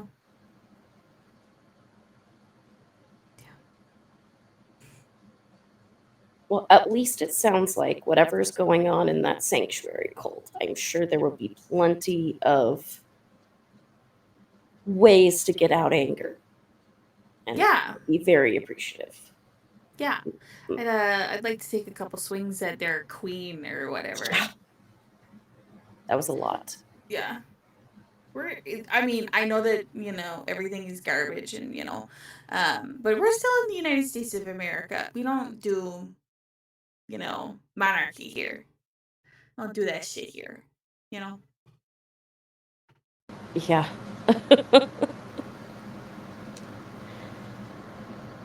It is wild to think that so far we've seen a sanctuary community, full of a cult. Then we've got a group just straight out of Alice in Wonderland, and I think she's just going to continue just talking about like the wildness of the reality that they're in. And Deborah's just gonna listen, not really say anything, and just kind of nod along.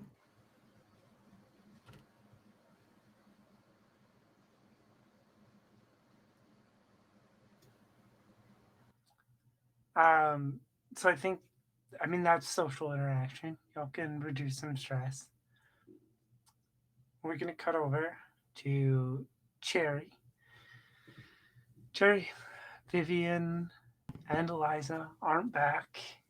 You were just in this sort of moment of being stuck in crossfire. How are you feeling now that you're back safely in Sanctuary?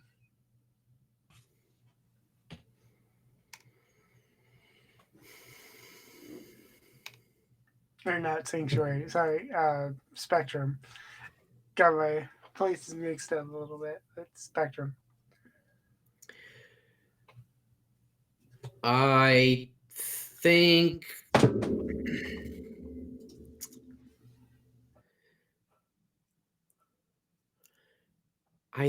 kind of like how Mary said with Eliza, that like that will have to be processed later because there's, you know, stuff happening right now, and Cherry is doing their best to compartmentalize being caught in a crossfire because some of the group isn't back yet. And I mean, I think it's not going terribly, but it could be going better. I think in the times that like no one at Spectrum is getting Cherry to help with something, or especially because like we've moved our group from the hardware store here, so those of us that are here, I think Cherry's just like found a place to like pace, because you know Eliza's still out there, but I have no idea where Eliza is. Going out there won't help. Being in here means dealing with what just happened, and I'm not ready for that. Cherry doesn't get anxious often because it just is. This sounds like shade, and I don't 100% don't mean it to be shade, but of the two of them, Eliza's the anxious one, I think. And so Cherry's just learned how to try and process a little better to manage it, but like in this situation, that adrenaline isn't really coming down. And despite themselves, they are thinking about deployment because so much of that was gunfire, wondering if you've been hit, wondering who's going down, who's going to make it back. And Cherry's just pacing up and down. Like maybe, I don't remember the entire layout of Spectrum, but maybe Cherry's just found like a hallway and just walks from one end to the other, back and forth.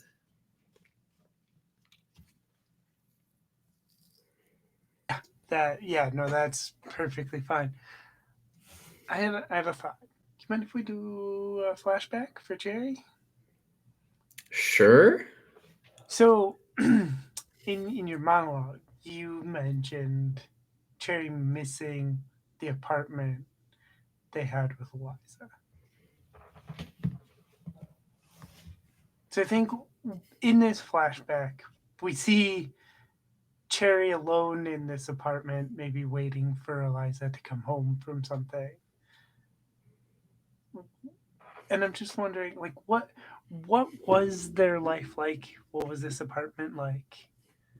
What does Cherry miss about it the most?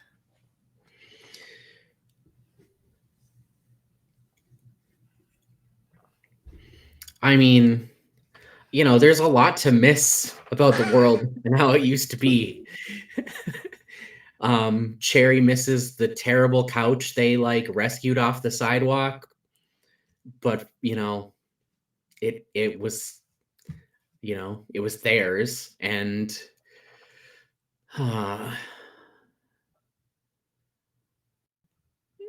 Cherry wasn't someone who liked to cook, especially before military deployment, but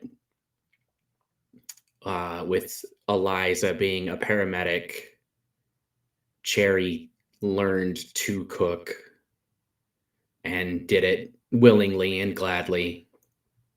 I mean, if someone was home when Cherry was cooking, it was, cussing blue streak through a recipe. Like, why didn't this turn out? What's going wrong this time? Oh God, I've got 3 pots going, and oh my God, I still need to cut this and do that. And but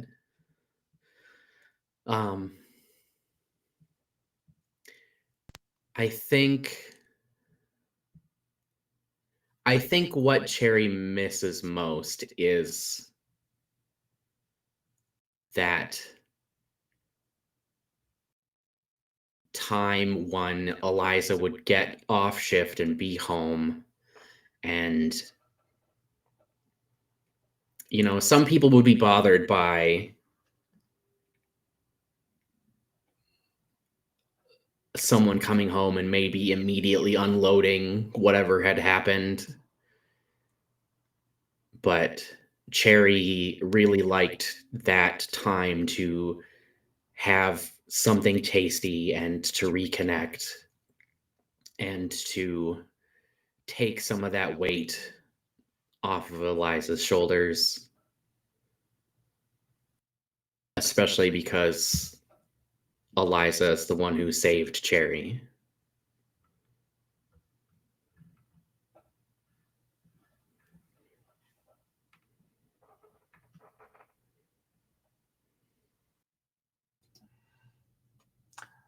Awesome. That is exactly what I was hoping for from that flashback. Now we're going to go over to Jonah. Jonah, Presley's safe. Tasha's safe. Everybody is back at the spectrum. Things are more or less looking up. You do have one thing to deal with, which is your shoulder. Would you like to find Marley and I think I would. I think that would help. So in the time you've been gone, Marley has taken it upon herself to take over a room and make an infirmary, which is where you find her now. I hope you're able to take someone in. Oh, yeah, sit down. What's wrong? I messed up my shoulder. Pretty bad. Okay. Let me take a look. What were you doing exactly?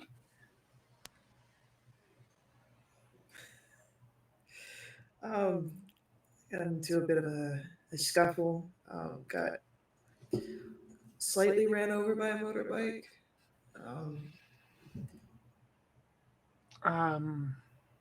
Okay. Well, it looks like you dislocated your shoulder. Yes. I can pop it back in for you. Yeah, I think that would be the best course of action. Anything to actually be able to use the arm again. Yeah. So after I do that, We got some ice packs. You'll want to ice it. Take some aspirin. Take it easy for a few days, but it is going to hurt. All right.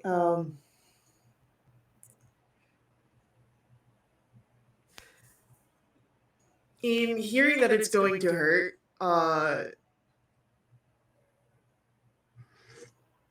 yeah, he's just going to like Jonah, take it easy.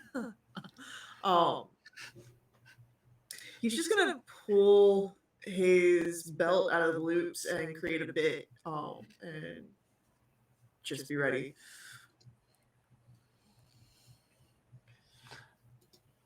Okay. Harley grabs your arm, pops your shoulder back into place. It does hurt. The thing about dislocations, especially in my limited experiences, they hurt a lot more going back in than they do popping out. Does Jonah scream? I assume that you're No. biting down on the belt. Yeah, there's the biting down. It's like full, kind of. There's probably like a low groan through it, but yeah, You do not panic the spectrum by suddenly Yeah. screaming. yeah, I know.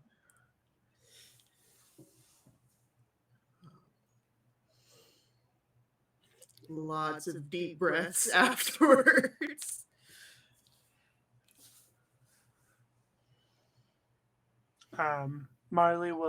Marley doesn't have a sling for you, but will tie like a pillowcase into a sling. So like, this is so you don't use it, especially overuse it. It won't heal if you're doing too much with it. So again, take it easy, get better, you'll be fine. I'll keep the doctor's orders in mind. Hands you like one of them like cracked ice packs. Use this. 20 minutes. Don't go over. Take it off.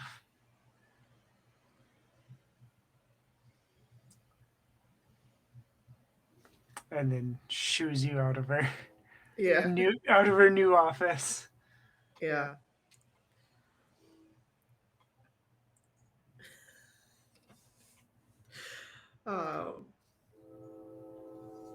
Yeah, so takes the ice pack. He's probably going to go find an area away from the sort of main traffic of Spectrum. Probably up to the roof where you can kind of keep an eye out, but where it's easy enough to find him.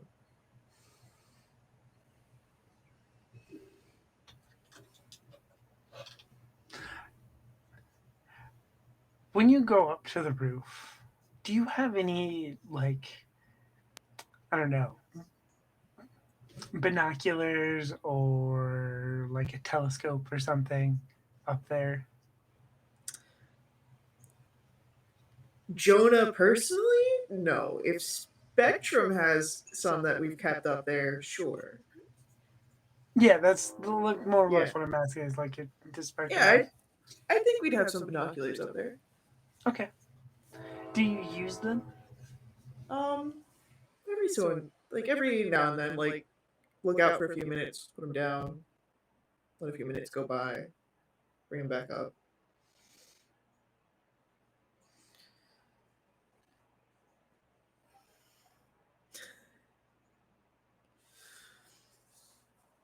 No, mostly he's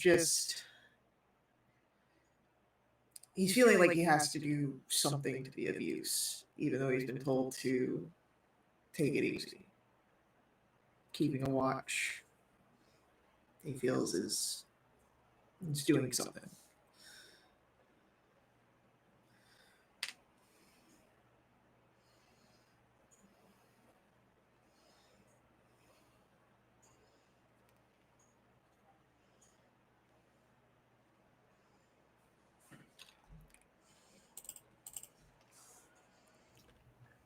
Okay. The train is mostly gone by.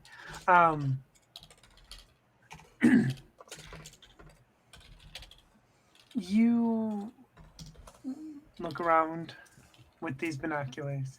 It's kind of hard to see because it is dark. There's no city lights anymore. So as you glance around, um, that's what stands out to you when you do see a fire in the distance. Can't get a lot of detail. But you see a small group of men off in the distance. They've made a makeshift camp, and in the center of that camp, they have a flagpole. Can't really see too many of the details, but they have a flag on that pole.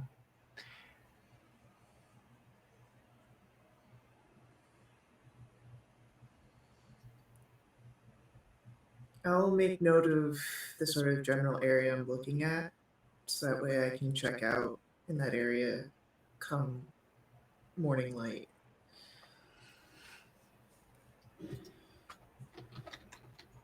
Okay. Yeah, so it's 4 or 5 blocks away.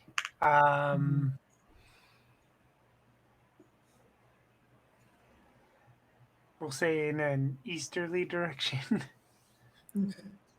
Yeah, no, like he doesn't put the binoculars down as often now, and when he does look, there it's in that direction to see if there's any change. If there, as well, if he intends to wait until morning, he might find himself going out a little earlier.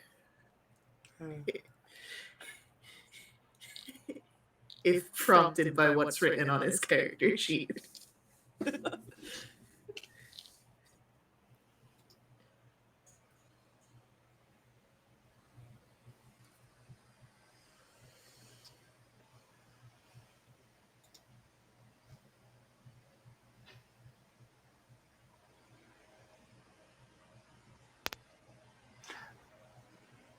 So as you watch these people throughout the night, nothing really changes, but they have weapons, right? They have makeshift armor and weapons.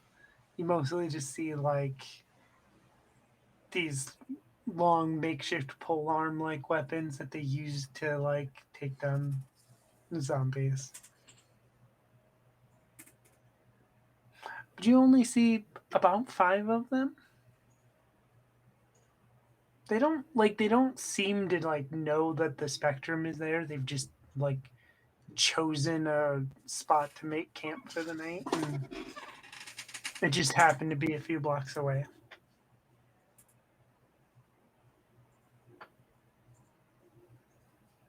It's hard to make a determination on how dangerous they are, but given that they have weapons, potentially a threat.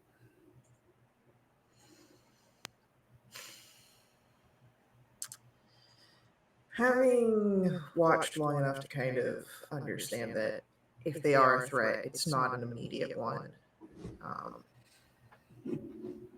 Jonah will go down and find Charity.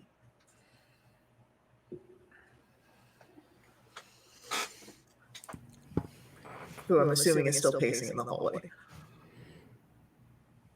Probably.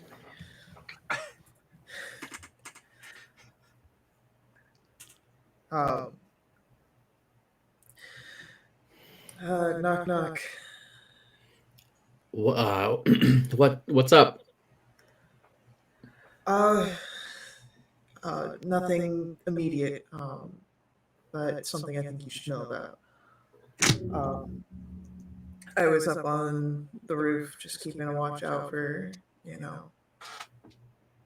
our missing folks and anything that might be going on. And there's a group, 5 blocks or so to the east.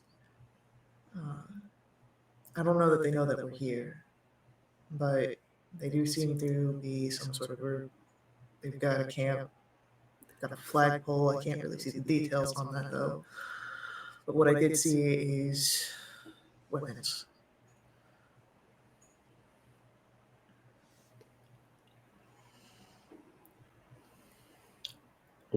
What kind of weapons? Like, Mainly long polearm type stuff, things to keep walkers away, but it's still something that, perhaps to be mindful of.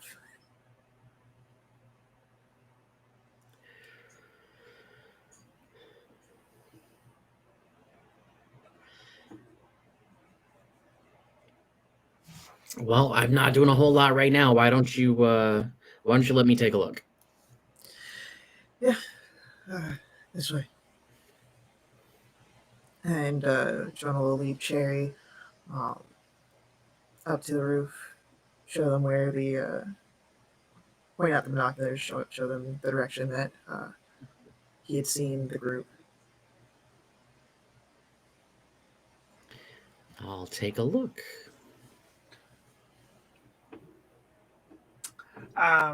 So, like, first glance, Cherry, like you see, like there's a truck, fire pit.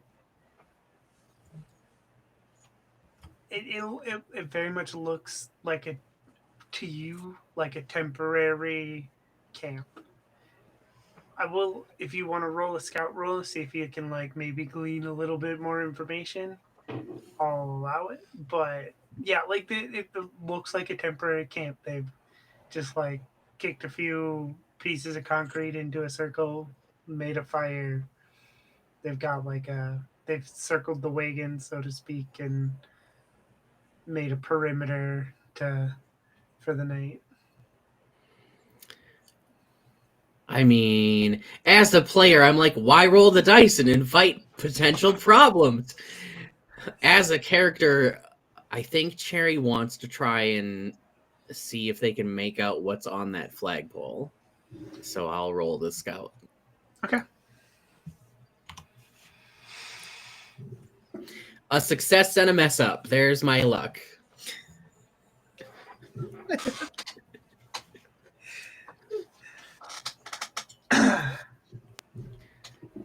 We're here to play a game, damn it. I'm going to roll the dice, even if I think it's a bad idea. Okay.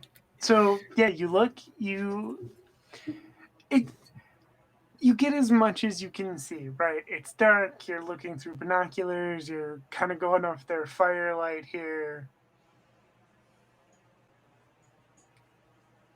But you see, looks like sort of like painted or stamped on this piece of cloth a face. It looks like a face, right? Like, but it's like hard to tell. It's very stylistic, and like you're getting like the shadows of the face. If you've ever seen like those kind of artworks, so it's nobody you recognize, especially immediately, and a very simple heart, very like you said last episode, very much like a playing card heart. It's very precise and very simplistic. And those are what are stamped on this flag.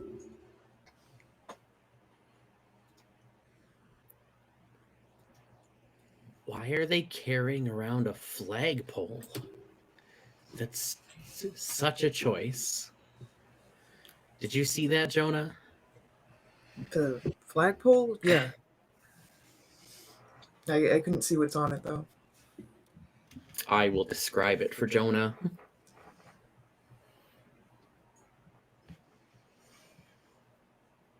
It's very strange for you, but like, I mean, you wouldn't recognize the person unless you got to look at it. Potentially recognize the person unless you got to look at it. I mean, people do what they can to cope in the apocalypse, I guess. That sure is the truth.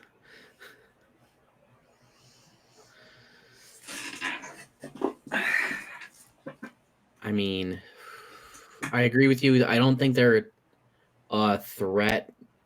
They're threatening, but they're not a threat. Yeah. But they clearly, they're up to something.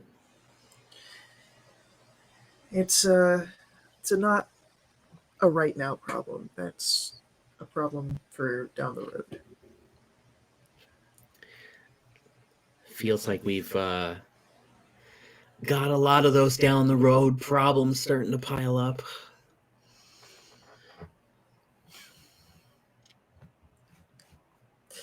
Oh, you're wearing a sling. Did you get your shoulder looked at? Yeah, Marley popped it back in, pulled it right out the socket.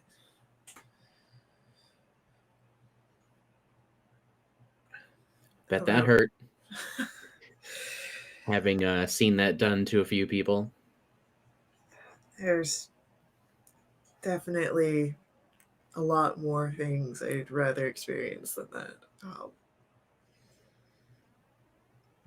But I'm hanging in there as best as I can.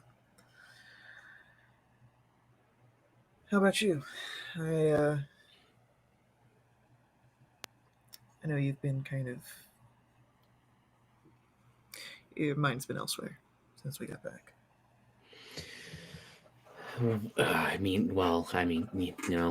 The other group of people are still out there. That's part of it.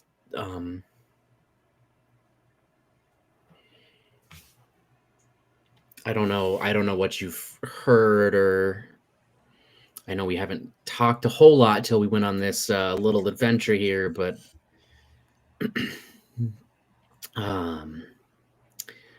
I'm ex-military. I was deployed, over there. So even though that other group had bows and arrows, being caught in that crossfire is really not great.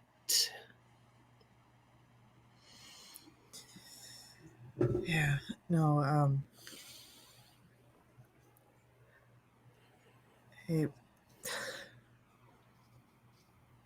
definitely kind of caught me off guard, being in that area. I can't imagine having gotten out of that only to go back into it.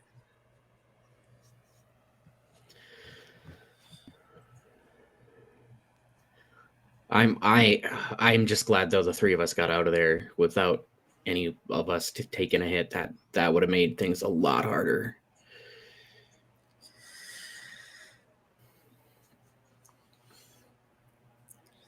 It's all truth what you're saying there. Guess we got a little luck on our side. Perhaps you were right. Turned out our way in the end. Hopefully it holds.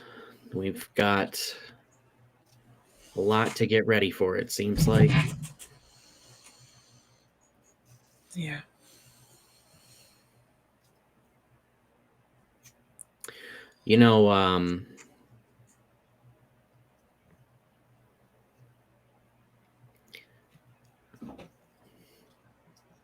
And there's this really long pause.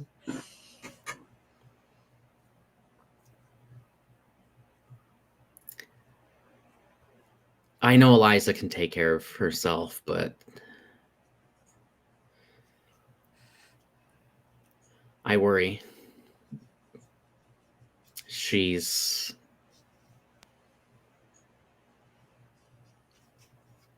I don't think I'd be here if she wasn't there as a medic.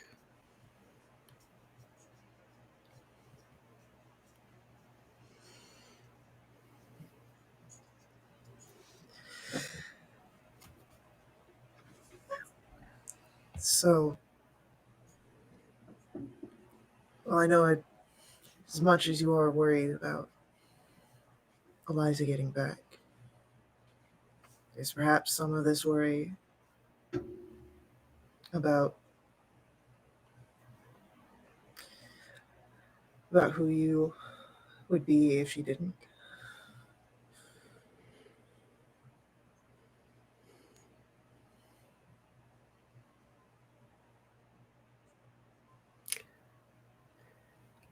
Now that you mentioned it, yeah, I hadn't really considered that, but yeah.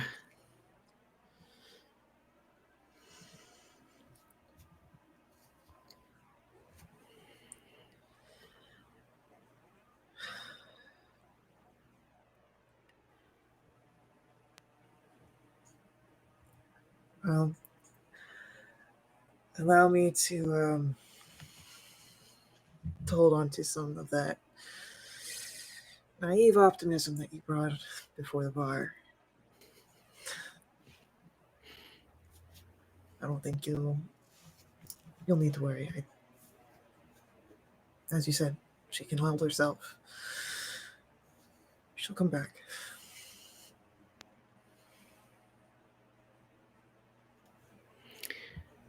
You're right. She always has before.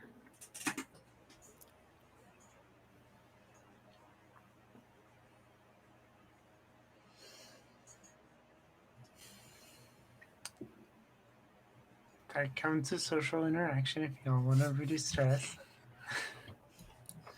Do you stay on the roof and watch?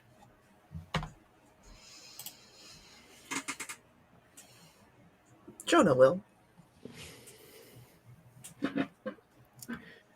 I think Cherry would stay up there with Jonah unless someone from the hardware store needed Cherry for something with getting everything situated with Spectrum and merging the groups. I think for tonight, like everybody's good. I will say that like the mess up for Cherry, I think, is especially being up on the roof, is that if Cherry stays up here, they're not gonna sleep. Like they're not gonna be able to sleep on the roof. So you'll have a restless night up there.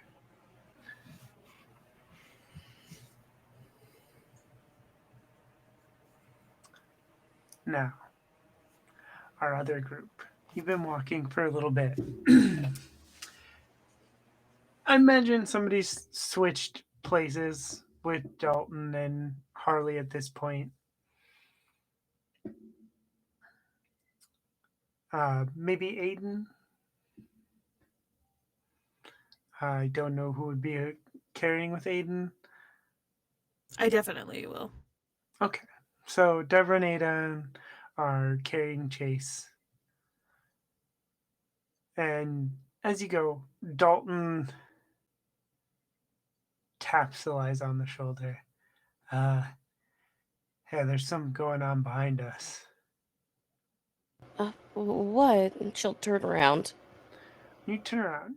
You see in the distance, moving towards you. It's still quite a ways off, so not a lot of detail to be seen, but it is rather glaringly bright in the dark. You see a flashing orange light and some flashing red and white lights, like you'd see on an ambulance. No sirens, just the lights, just going, coming towards you in the distance.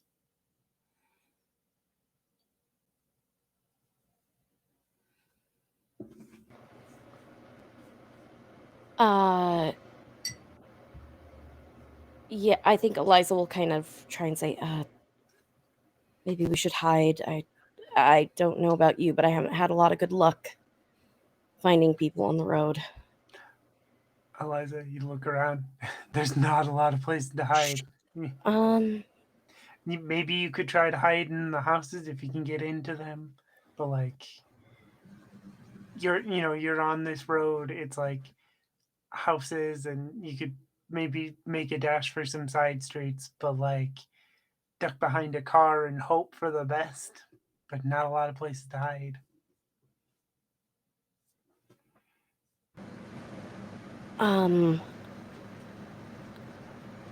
How long do we have before it gets to us?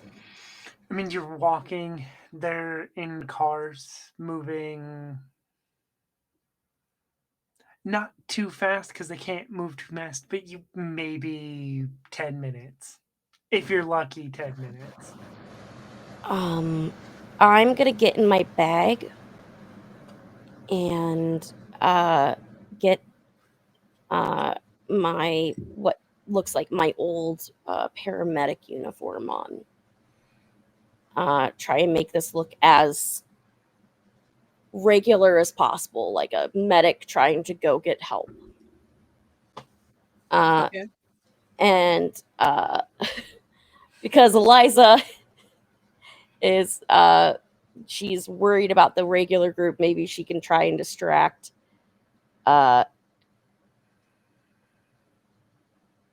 she's gonna say, I can act like a medic and try and get them to go on. I don't know. What do you guys think?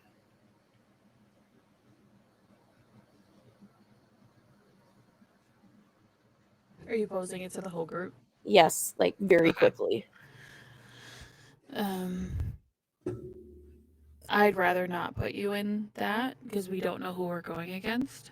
So you could just be kidnapped off the street and we don't need that. If we only have a few minutes, we can have one person stay with Chase and then the rest of us try houses to see whatever house we can get into. I think that Eliza's gonna go to Harley and be like, all right, you have fucked up so many times tonight. Do everything you fucking can to protect that kid, or I will. You don't know what I had to do, but I had to do some awful things before, okay? Don't She cross told me. me it's pretty awful, Harley. You better fucking get your shit together.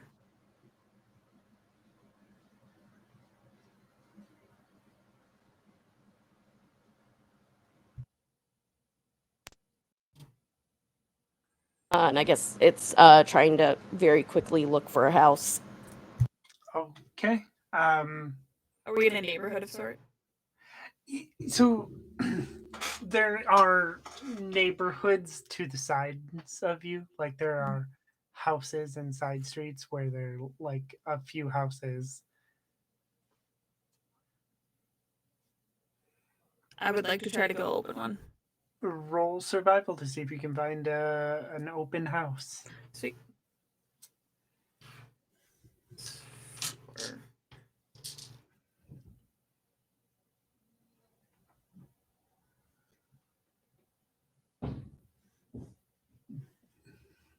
I have one success.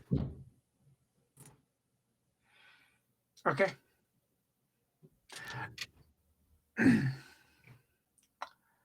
You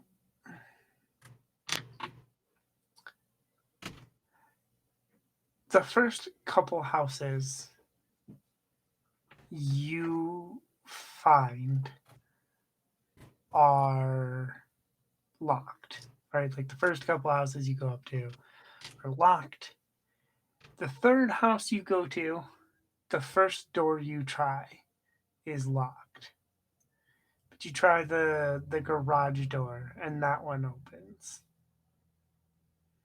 Is it a detached garage? Yes. I'm gonna motion then everybody to come over to this one.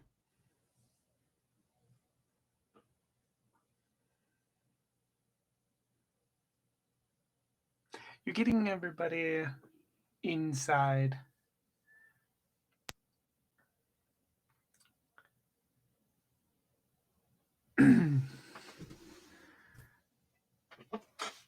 Who's the last one in? I want to be the last one in.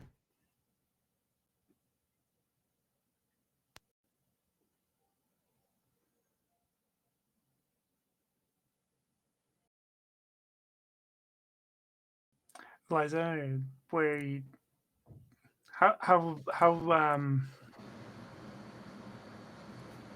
If Deborah wants to be the last one, I that's fine. I think Eliza is very much ready to fire if everyone gets too close, though. She'll kind of like right next to the freaking door, just in case. Okay. In which case, you all hunker down inside this garage. Those vehicles go past you. Is as it goes past, can we see anything better on them? Does it look particular?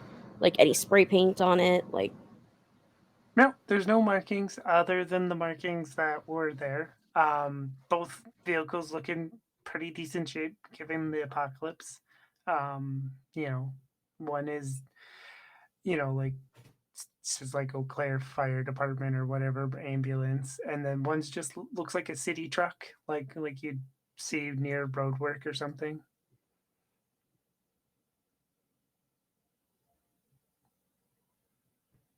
they just pass? They don't stop. They just Nope, go they ahead. don't pass. They just pass. Okay. Should we just stay in here for the night? I don't like being out in the dark. No, I agree. Yeah, I don't think we're left with another option. No. I got a couple rations on me, so I'll pass them around to folks and go from there. So, I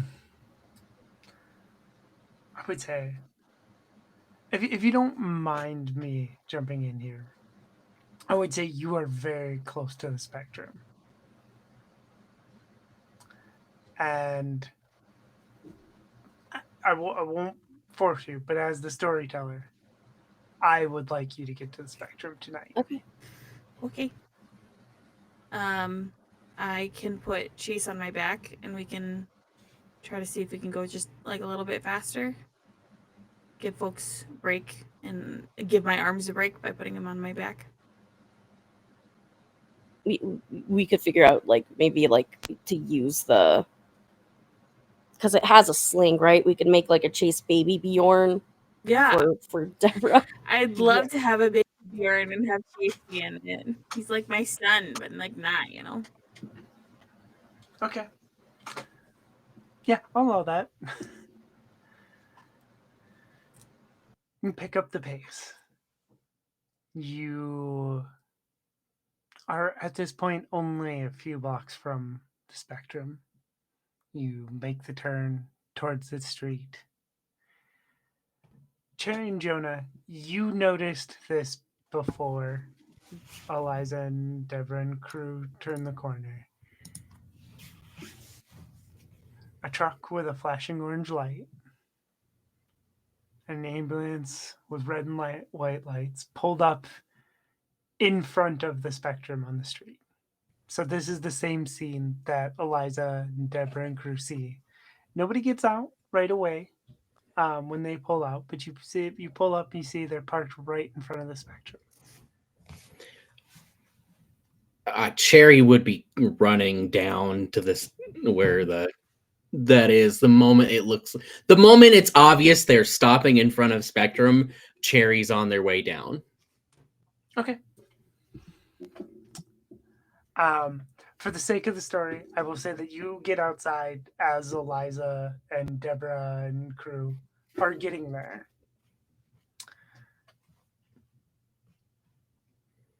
So, Cherry sees Eliza for the first time in a little while. Sorry about that. That was loud. You see that. But this next part is specifically for Eliza. As you get into view and like the light is actually like hitting you, someone gets out of the passenger side of the truck. They have And like all of us are just in the open with him. Kind of. yeah. Okay. Yeah, as you're heading to the spectrum, you're kind of just in the open. Cherry's there. They have this person that gets out. They have like paintball armor on, like that kind of plasticky paintball armor, helmet included. And as they get out, they take the helmet off, set it in the front street, which seemed to be like an action of restraint as Ren turns and runs sprinting for Eliza. like she just like drops everything and starts running for her nephew. Like just not even worrying about anything going on around her. Just makes a break for it. Ren will pull up, just a little bit as he reaches you, just like to not bowl you over, but throws his arms around you in a hug. She'll just like hold him so tight. And just says, "Oh my god, I missed you so much. I'm so happy you're okay. Are you okay?" And she's just gonna start looking over him like a how a mom would. Bren is, telling you that he's okay. You get your moment. Cherry, from your view, you see the ambulance door opens and Kia steps out and waves at you. A third unknown figure steps out of the truck. But that is where we are going to end for tonight. We have one more episode before our break.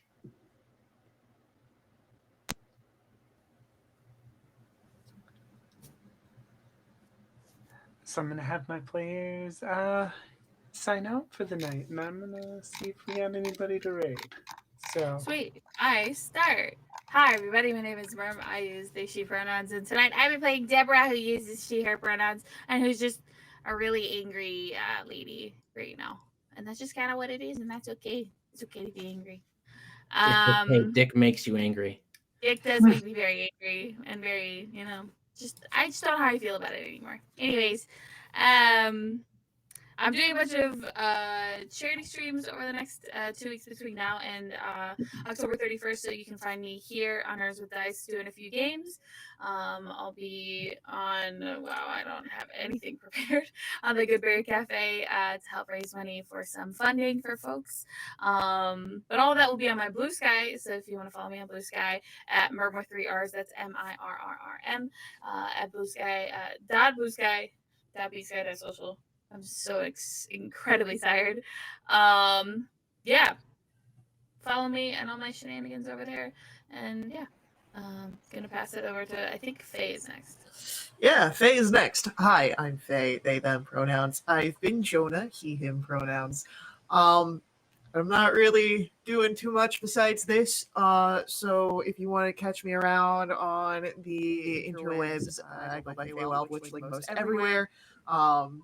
Catch me here. And that's about it. I think it's me next. Hi, everybody. My name's Mary. I've been playing Eliza this evening. We both use she, her pronouns. Where you can find me online. You can find me online at the Nerd on Wheels, everywhere on social media. Coming up for me, it is Roll for Wishes season. You can find me doing a charity one-shot for Roll for Wishes over on Pocket Dragon Pub on Thursday, the 23rd, where we are going to be playing Vason in a special mystery of the Muse of Galway. People are going missing, mainly artisans, and all that is left is a beautiful piece of art. And our investigators will have to figure out what is causing it, if it's a people problem or a mythical creature problem. And then it is a little further away, but you can catch me back here running another Vesson one-shot in that same world. This time not for Roll for Wishes, because I want it to be a little bit darker. And we are going to be playing Vason the Wailing over Donnelane Castle. So if you want to see some fun Irish folklore and mysteries, those 2 nights are going to be a lot of fun. And stick around for all the cool Roll for Wishes stuff on Nerds with Dice. I think that means it's my turn. I've been Cherry. I am Cass. Our pronouns are both she, they. I'm not doing a whole lot most of the time, but I can say that I will be running a one-shot of Trophy Dark here on Nerds with Dice for the Halloweenness and the Roll for Wishes. So if you want to see people go into a dark forest full of bees, come watch.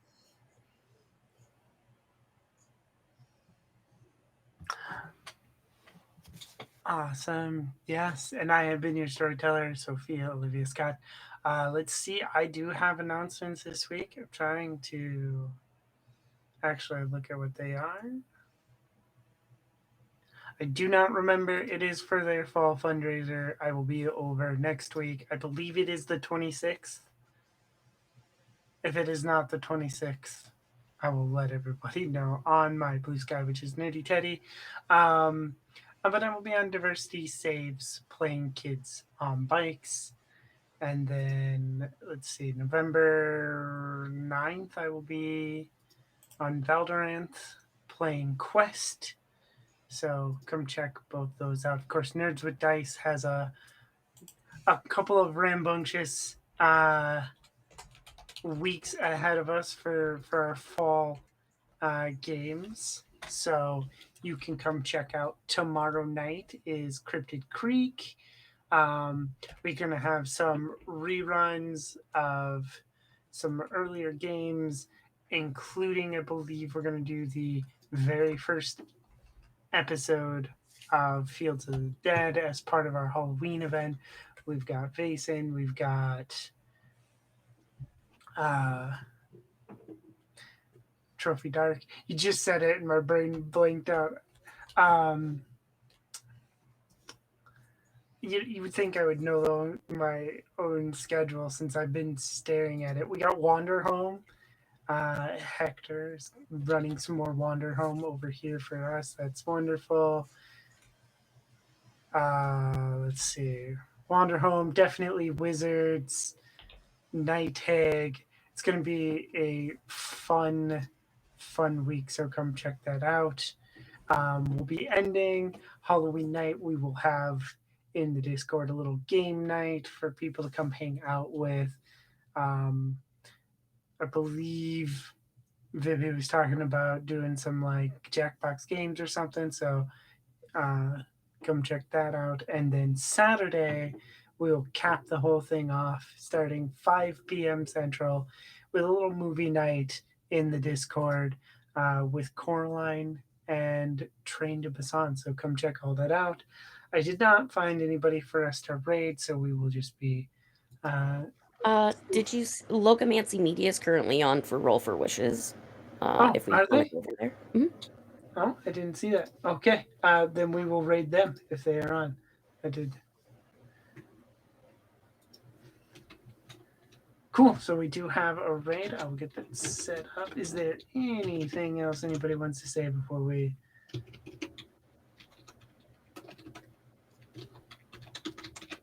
head out for the night? Hopefully I spelled that right. Are you gonna share that with the class, Faye? You Sure. should say it right now. Do it. So Jonah didn't sleep, meaning he's still at battery HP. It's fine. That's right. fine. Yeah. Something Yeah, like it'll be fine. It yeah. can't Right? hurt. Yeah. Have a good one, everyone. We will see you next time. Bye.